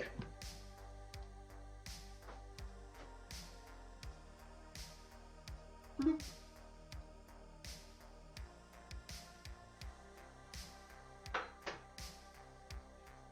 Floaty carrots.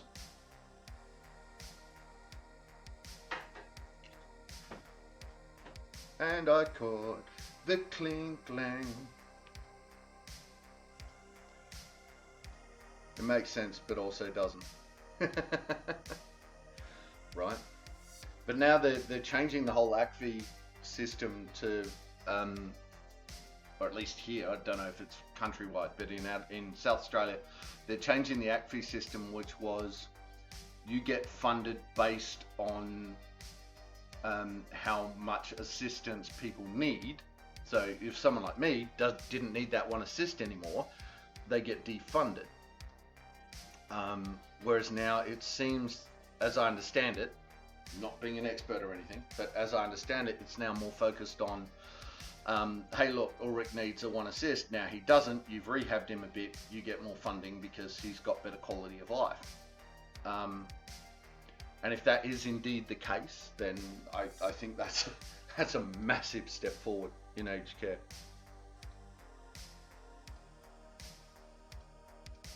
So, but I think then somewhere in the middle of those two ideals is where it really needs to be. Yeah, ACFI is becoming ANACC. Yeah, ANAC.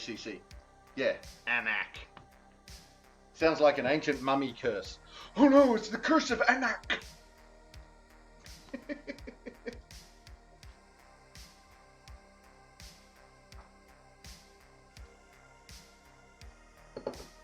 Yeah, so we'll see. We'll see if it gets any better. Yeah, so far, aged care, from what I've seen of aged care, I have two main problems with aged care.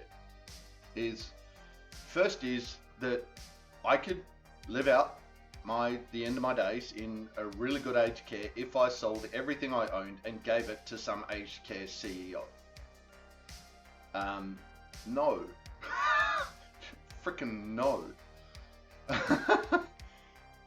And the other is that the level of care is very much determined by suburb.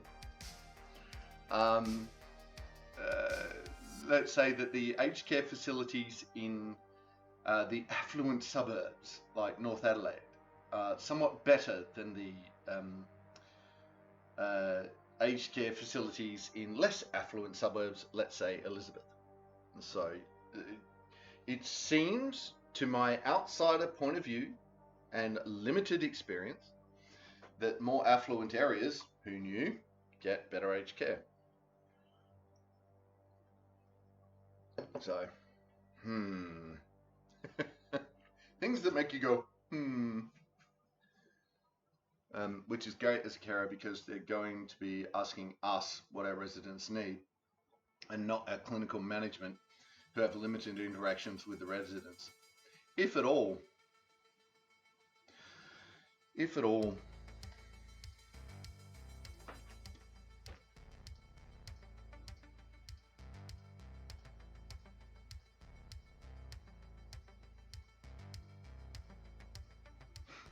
So look, my opinion is only that I would rather be in or put my mum in a government-funded nursing home. Yeah.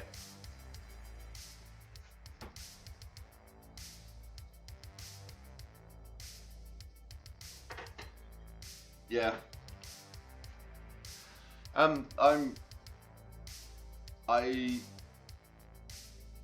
had thought that if I ever made it that far, I'd just go wherever, who cares? But now knowing people that work in the industry and hearing some of the stories, it's like, oh, I am going to do some serious freaking research if I ever land in one of those places. Rach, I work in a private company and it's all about the highest level management profit. Yes, but I've heard similar stories out of both not-for-profit and for-profit organisations. It's been rarely is there are fluctuations on the scale. You know, this place is better at this place is worse at this. You know, but it's oftentimes it's been the same story over and over again, just slightly different.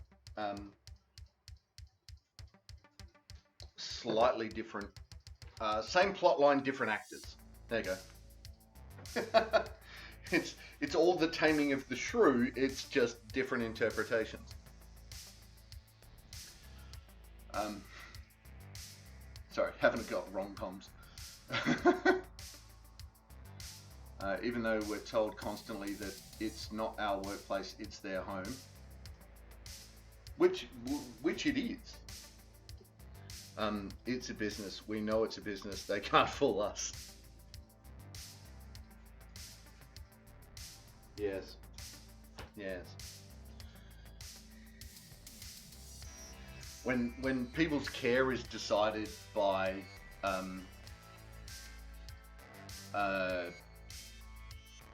how much money can be made from their care, rather than we get a little less funding, but this person would have a better quality of life, then yeah, you know, when the decision is being made on the financial end of that, you know it's a business. The easiest and most recent example is that we're being asked to offer cordial at mealtimes instead of juice, which they usually have, because the chef wants to cut costs, because he's getting pressure from higher up to do so. Yep. Yep.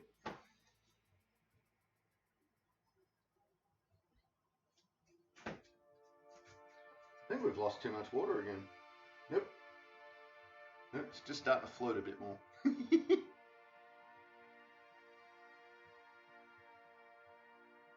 let's roll you over. Let's see what that does.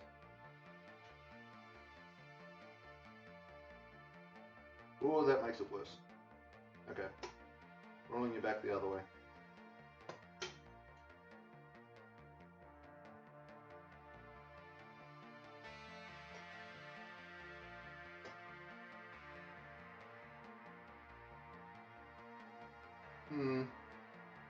Right.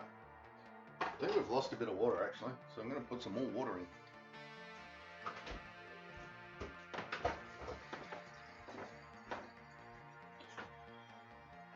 These people do not want cordial. They're not children.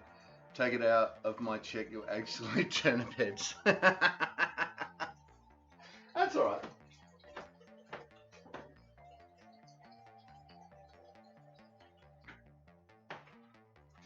See, the occasional emphatic swear in chat, I'm fine with. Because, A, I can edit it out, and if people are reading it in chat, so be it. But, yeah.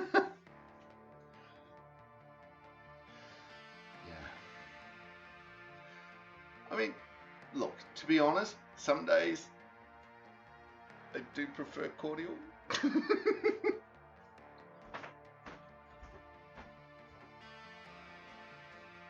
Which reminds me, time to restock the lemon cordial. God, we go through this stuff, I tell you.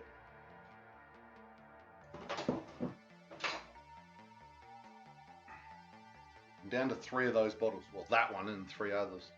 And I've got to give one to Upright.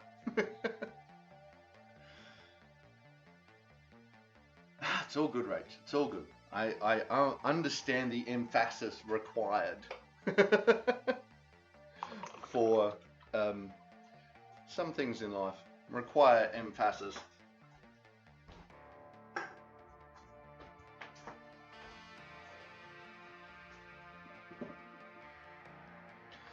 Look, I swear enough normally. It's just when swearing becomes a thing that you don't even hear yourself and you just do it over and over again, that's where I have issue with it.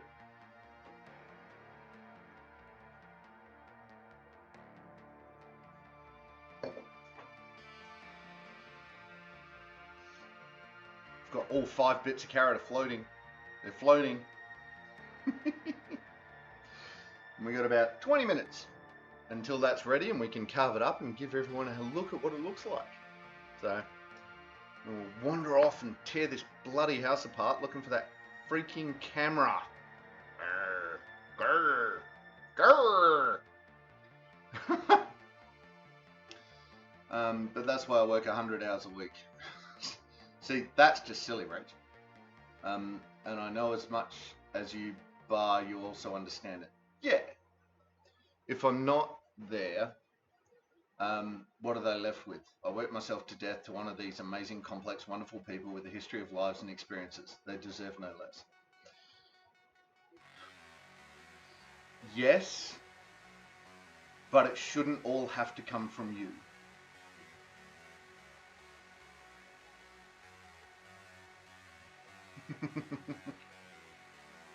Homemade lemon cordial is not quite the same as cheap supermarket bottled cordial in red, green, or orange. No, the bit that's got like the leftovers of all of those, so they call it tropical.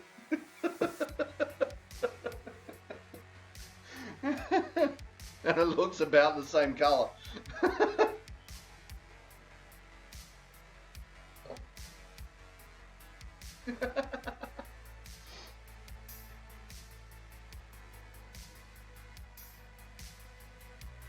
But yeah.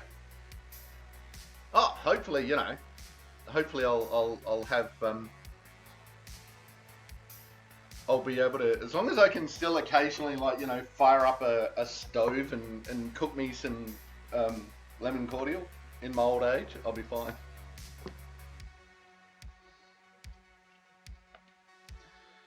Well, you know, have some young people around on the property that I can sit there and go, make me lemon cordial, you young whippersnipper.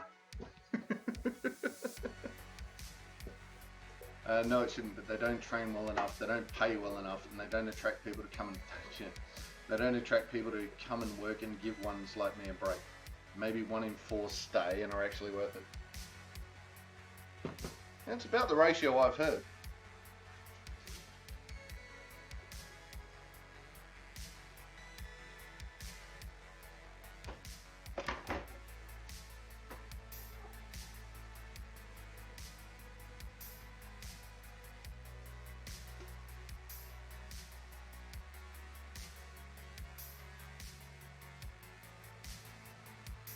No. Alright, that's it. Sink it.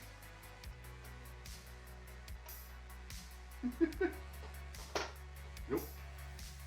Trying to push it down and hold it down with the spoon without. So I could just put a plate on top of it, but I don't want it.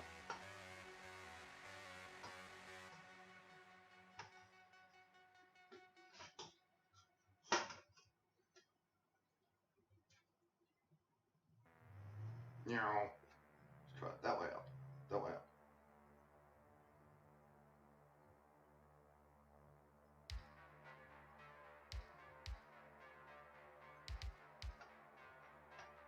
Never thought boiled meat would be tasty.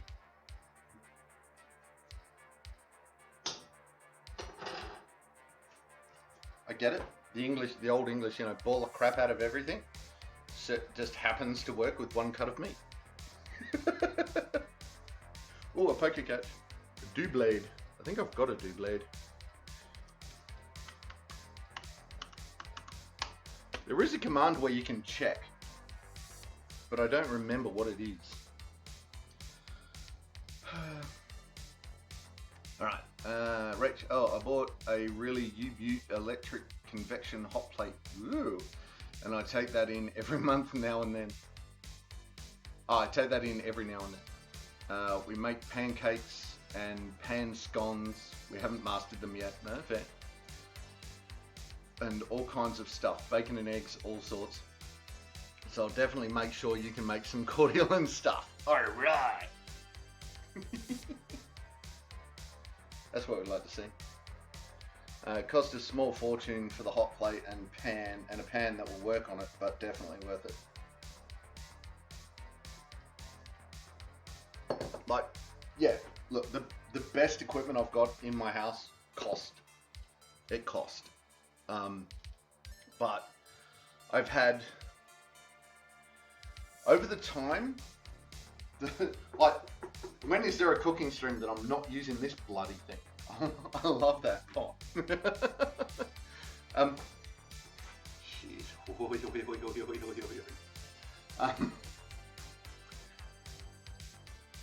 So it's, yeah, you buy the good equipment and cooking becomes more fun.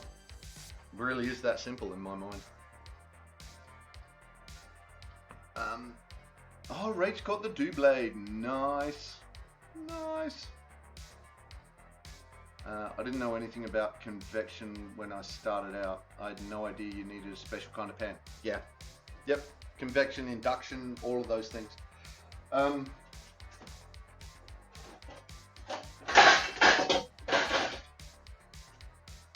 can't see it on that one.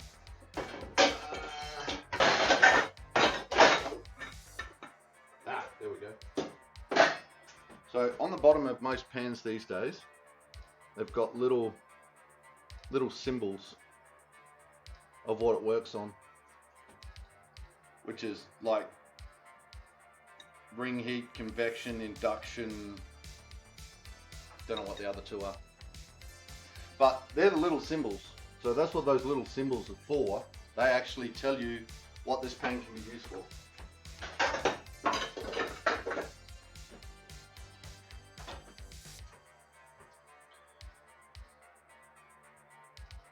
Ooh. Look out, Pokedex. Here we go. Whoops. Yeah.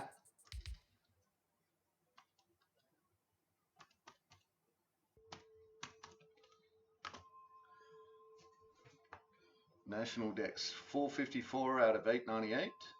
50.56%. Oh yeah. Spawnable 61%.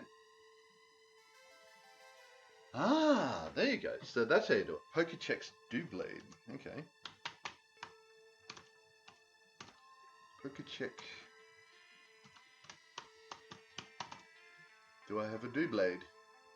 I do. I have a do blade. Nice. Oh, no Pika. No Pika Pika.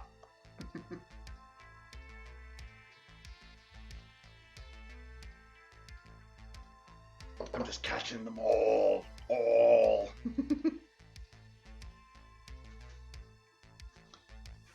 Ooh, alright, we're getting close. Here we go.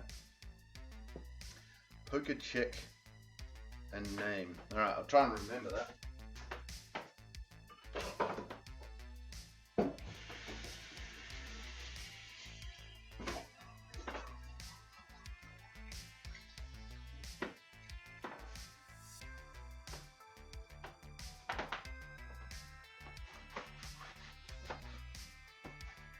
Feel like he's not a spawnable. I think you need to play the game to get a Pika, possibly. Because getting a gotta catch them all game that you then can't catch them all.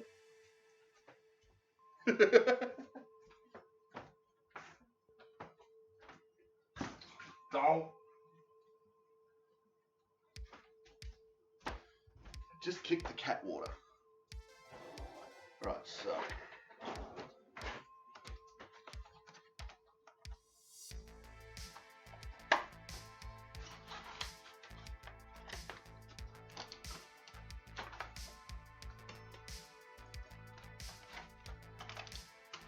I haven't picked a buddy, so now I'm sad. Okay. So what have I missed in picking a buddy?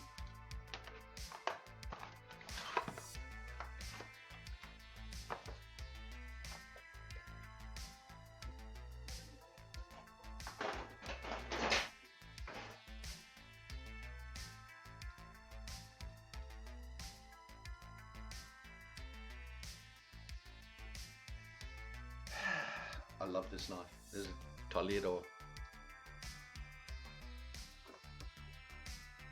This is my very, very, very sharp knife.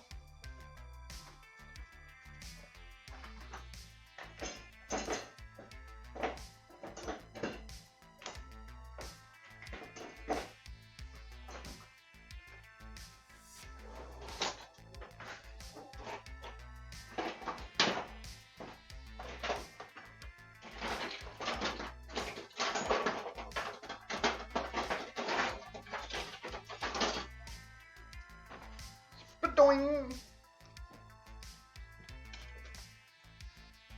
If we're gonna carve, we're gonna do it properly.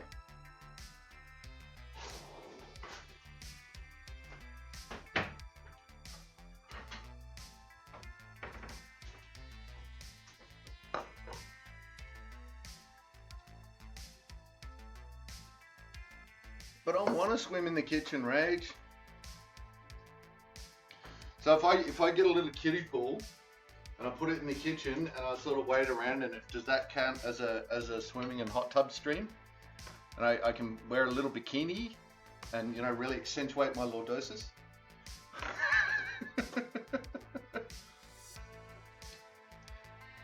A buddy Pokemon is a Pokemon. In Pokemon Go, you just get one at the beginning of the game. Ah. Right.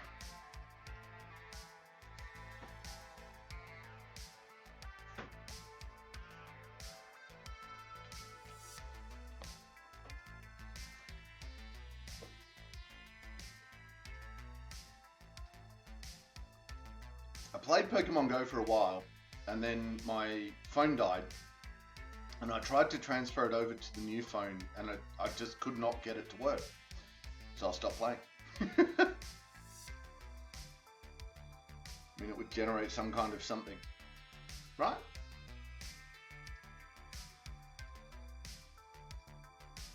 You'd think.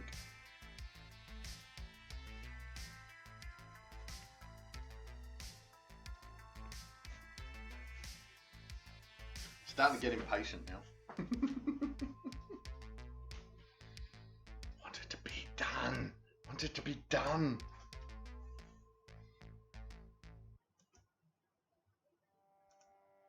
Be done. Be done.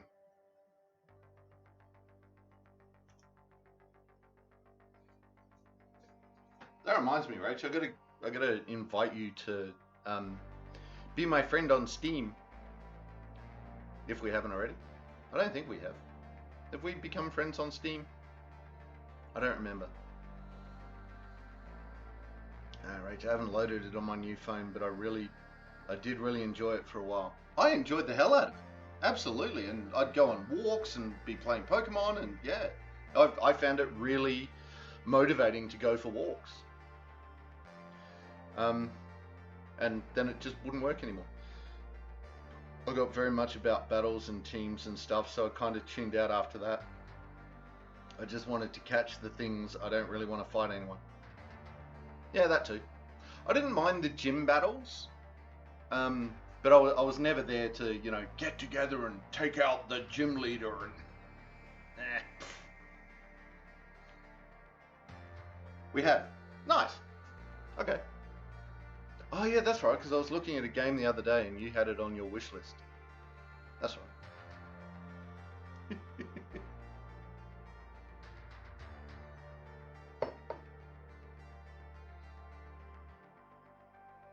Yeah, I like even the poker game here that we're playing here. That has PvP battles and all of that. Sure, why not? I haven't kept up enough with types and strengths and weaknesses and all of that to actually go, you know, let's go battle and I'll have a chance at winning.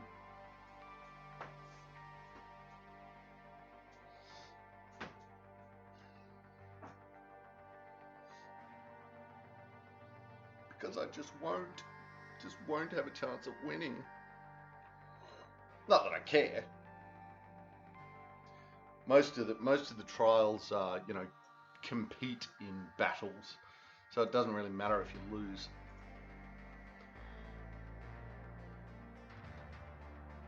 So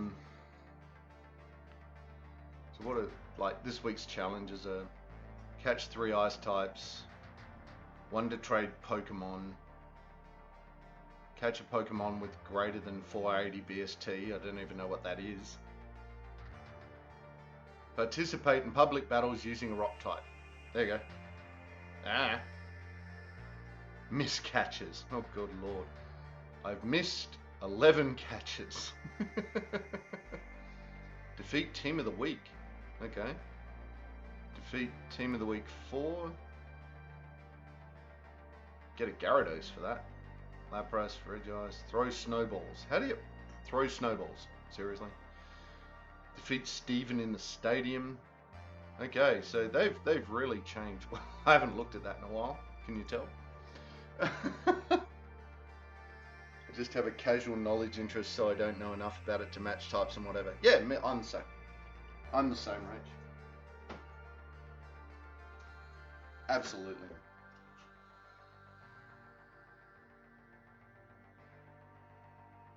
All right, we're almost there. I'm very excited. Wanna pull that out. Timer hasn't gone off, but I want to pull it out.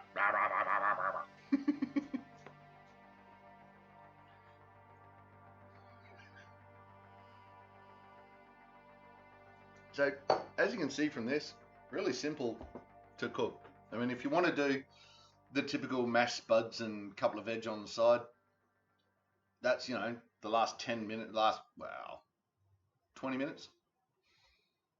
You just boil up the potato water. You serve it all up all at once. It's easy. And it's just a matter of getting it to the point where it can simmer nicely just by itself. And then you can literally just wander off. If you've got a good enough pan, you wander off, check it every, you know, half hour, 45 minutes or so. Make sure there's enough water in it. Quick and easy, well, not quick. Minimal effort, easy meal.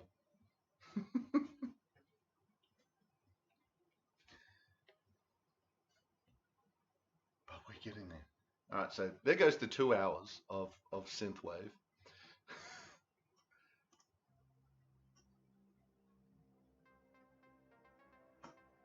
All right, let's get some industrial going.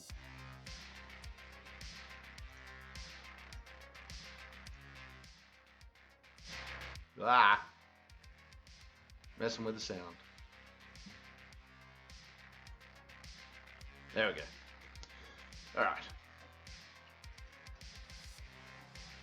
Yeah, I keep thinking of getting marbles on stream. Figuring out how marbles on stream it works, and I don't know, here we go, do some marbles on stream. I don't know if this computer would take it though.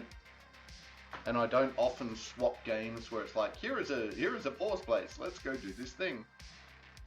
So, I don't know, we'll see.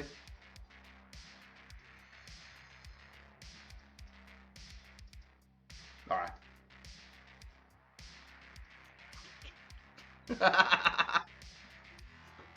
That's it. That's it. I'm taking it out. Be done with you.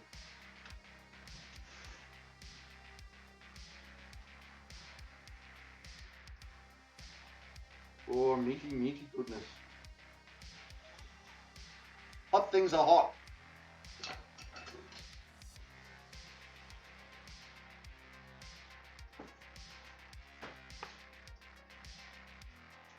Alright, which way up am I going to put this? Yes, that way.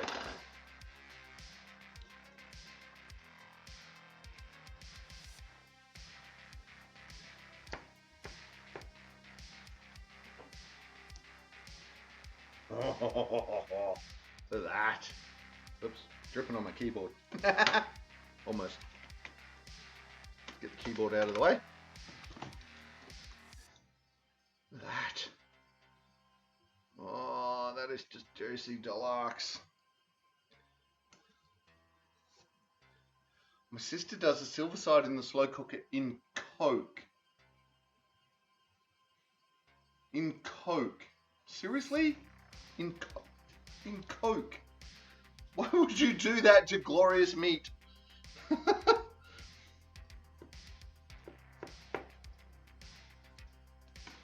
Alright, I'm going to have a taste of this.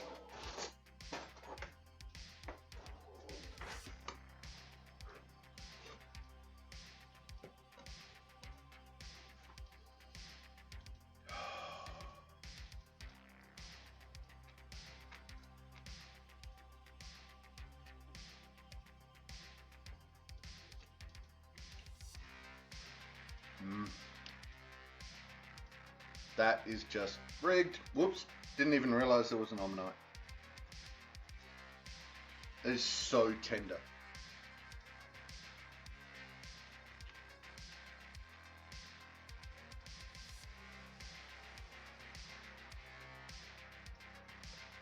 You can still see it bubbling out of the meat.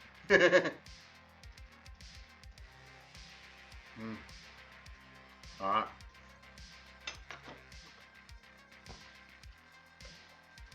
Om nom nom. So what I'm going to do is I'm going to wrap that in foil, because we can eat that later just fine.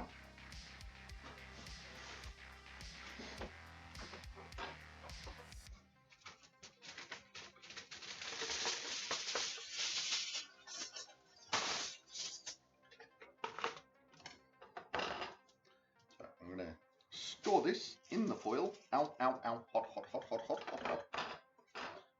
Actually, before I do that, I'm going to cut another slice, just so that, you know, there can be more eating. I'm going to put that in there. Put the end back on it. Whoops.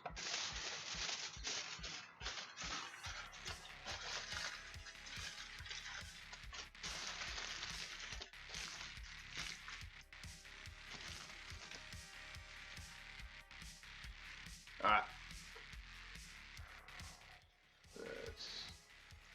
Probably should have started with the cyberpunk, but oh well.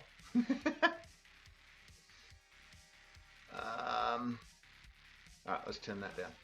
Alright, so that is we've started the bacon, and we have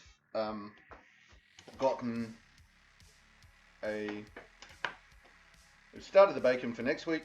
I'm gonna eat this anyway.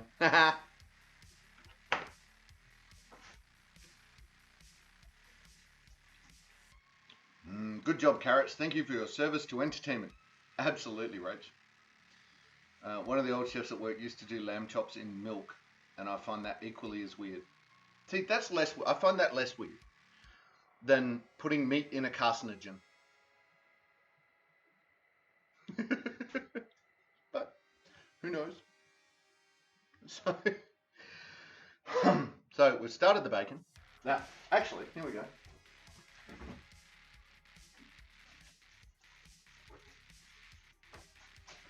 So I just want to show you this, if you can see it.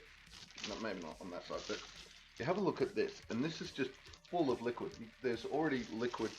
Like if I hold it up that way, you can see the liquid already draining down in there, right?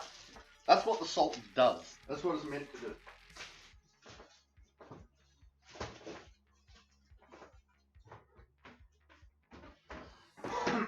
And this is why it doesn't work.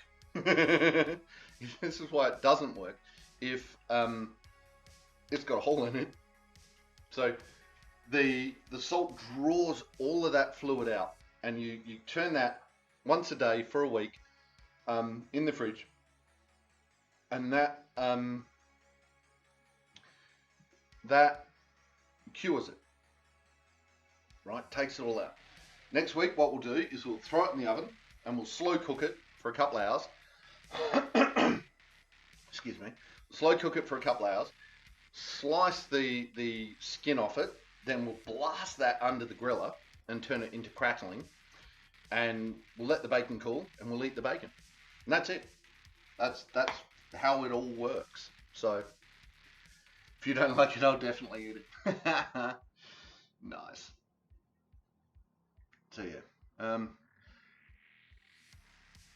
Well, I cannot send it to you, but if you're ever near, I'll ask her to make some for you to try. Sure. Yeah. All right. I will one day get up Queensland way again, so I'll hold you to that. So yeah, that's where we're at. That's where we're at. That's where we're at with everything. So now going to do the cleanup. We'll put all of that in the compost. And we'll put that in the compost, and we will finish cleaning up the kitchen. So we're going to call that a stream. We will be back tomorrow with hopefully the finale of the Obra Dinn. With a lot of help from TGGG. Well, with a lot of clues from TGGG. We have gotten almost to the end of Obra Dinn. It's time to leave the ship and find out the final chapter and see if we can find out what happened. So we'll be doing that on tomorrow. tomorrow morning starting at 10 o'clock. Then something dark side. Then we're back on Tuesday with Chillax Tuesday for some more something. I'll think of it in a minute. Farthest Frontier. We'll be back with some more Farthest Frontier. And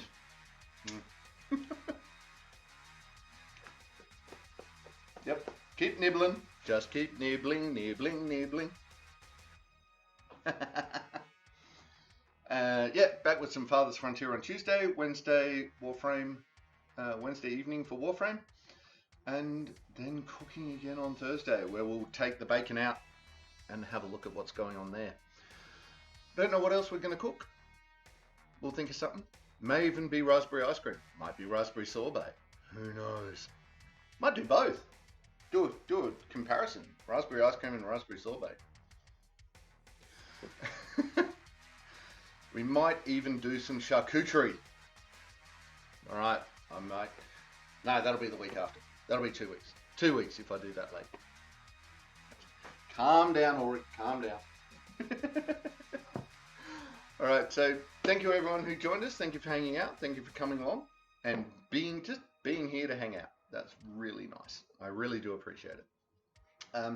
So until tomorrow, ladies, gentlemen, and everyone in between, that was the stream. So we will see you all tomorrow. We're not raiding out today because there's no one to raid. It's really sad. But so until tomorrow, take care of yourselves and each other. Bye. That's it, man. Game over, man. It's game over. Don't forget to check the description for any links I may have left there. If you like the video, please press like or subscribe to my channel. Next video in the series is up here. Until then, stay safe, have fun.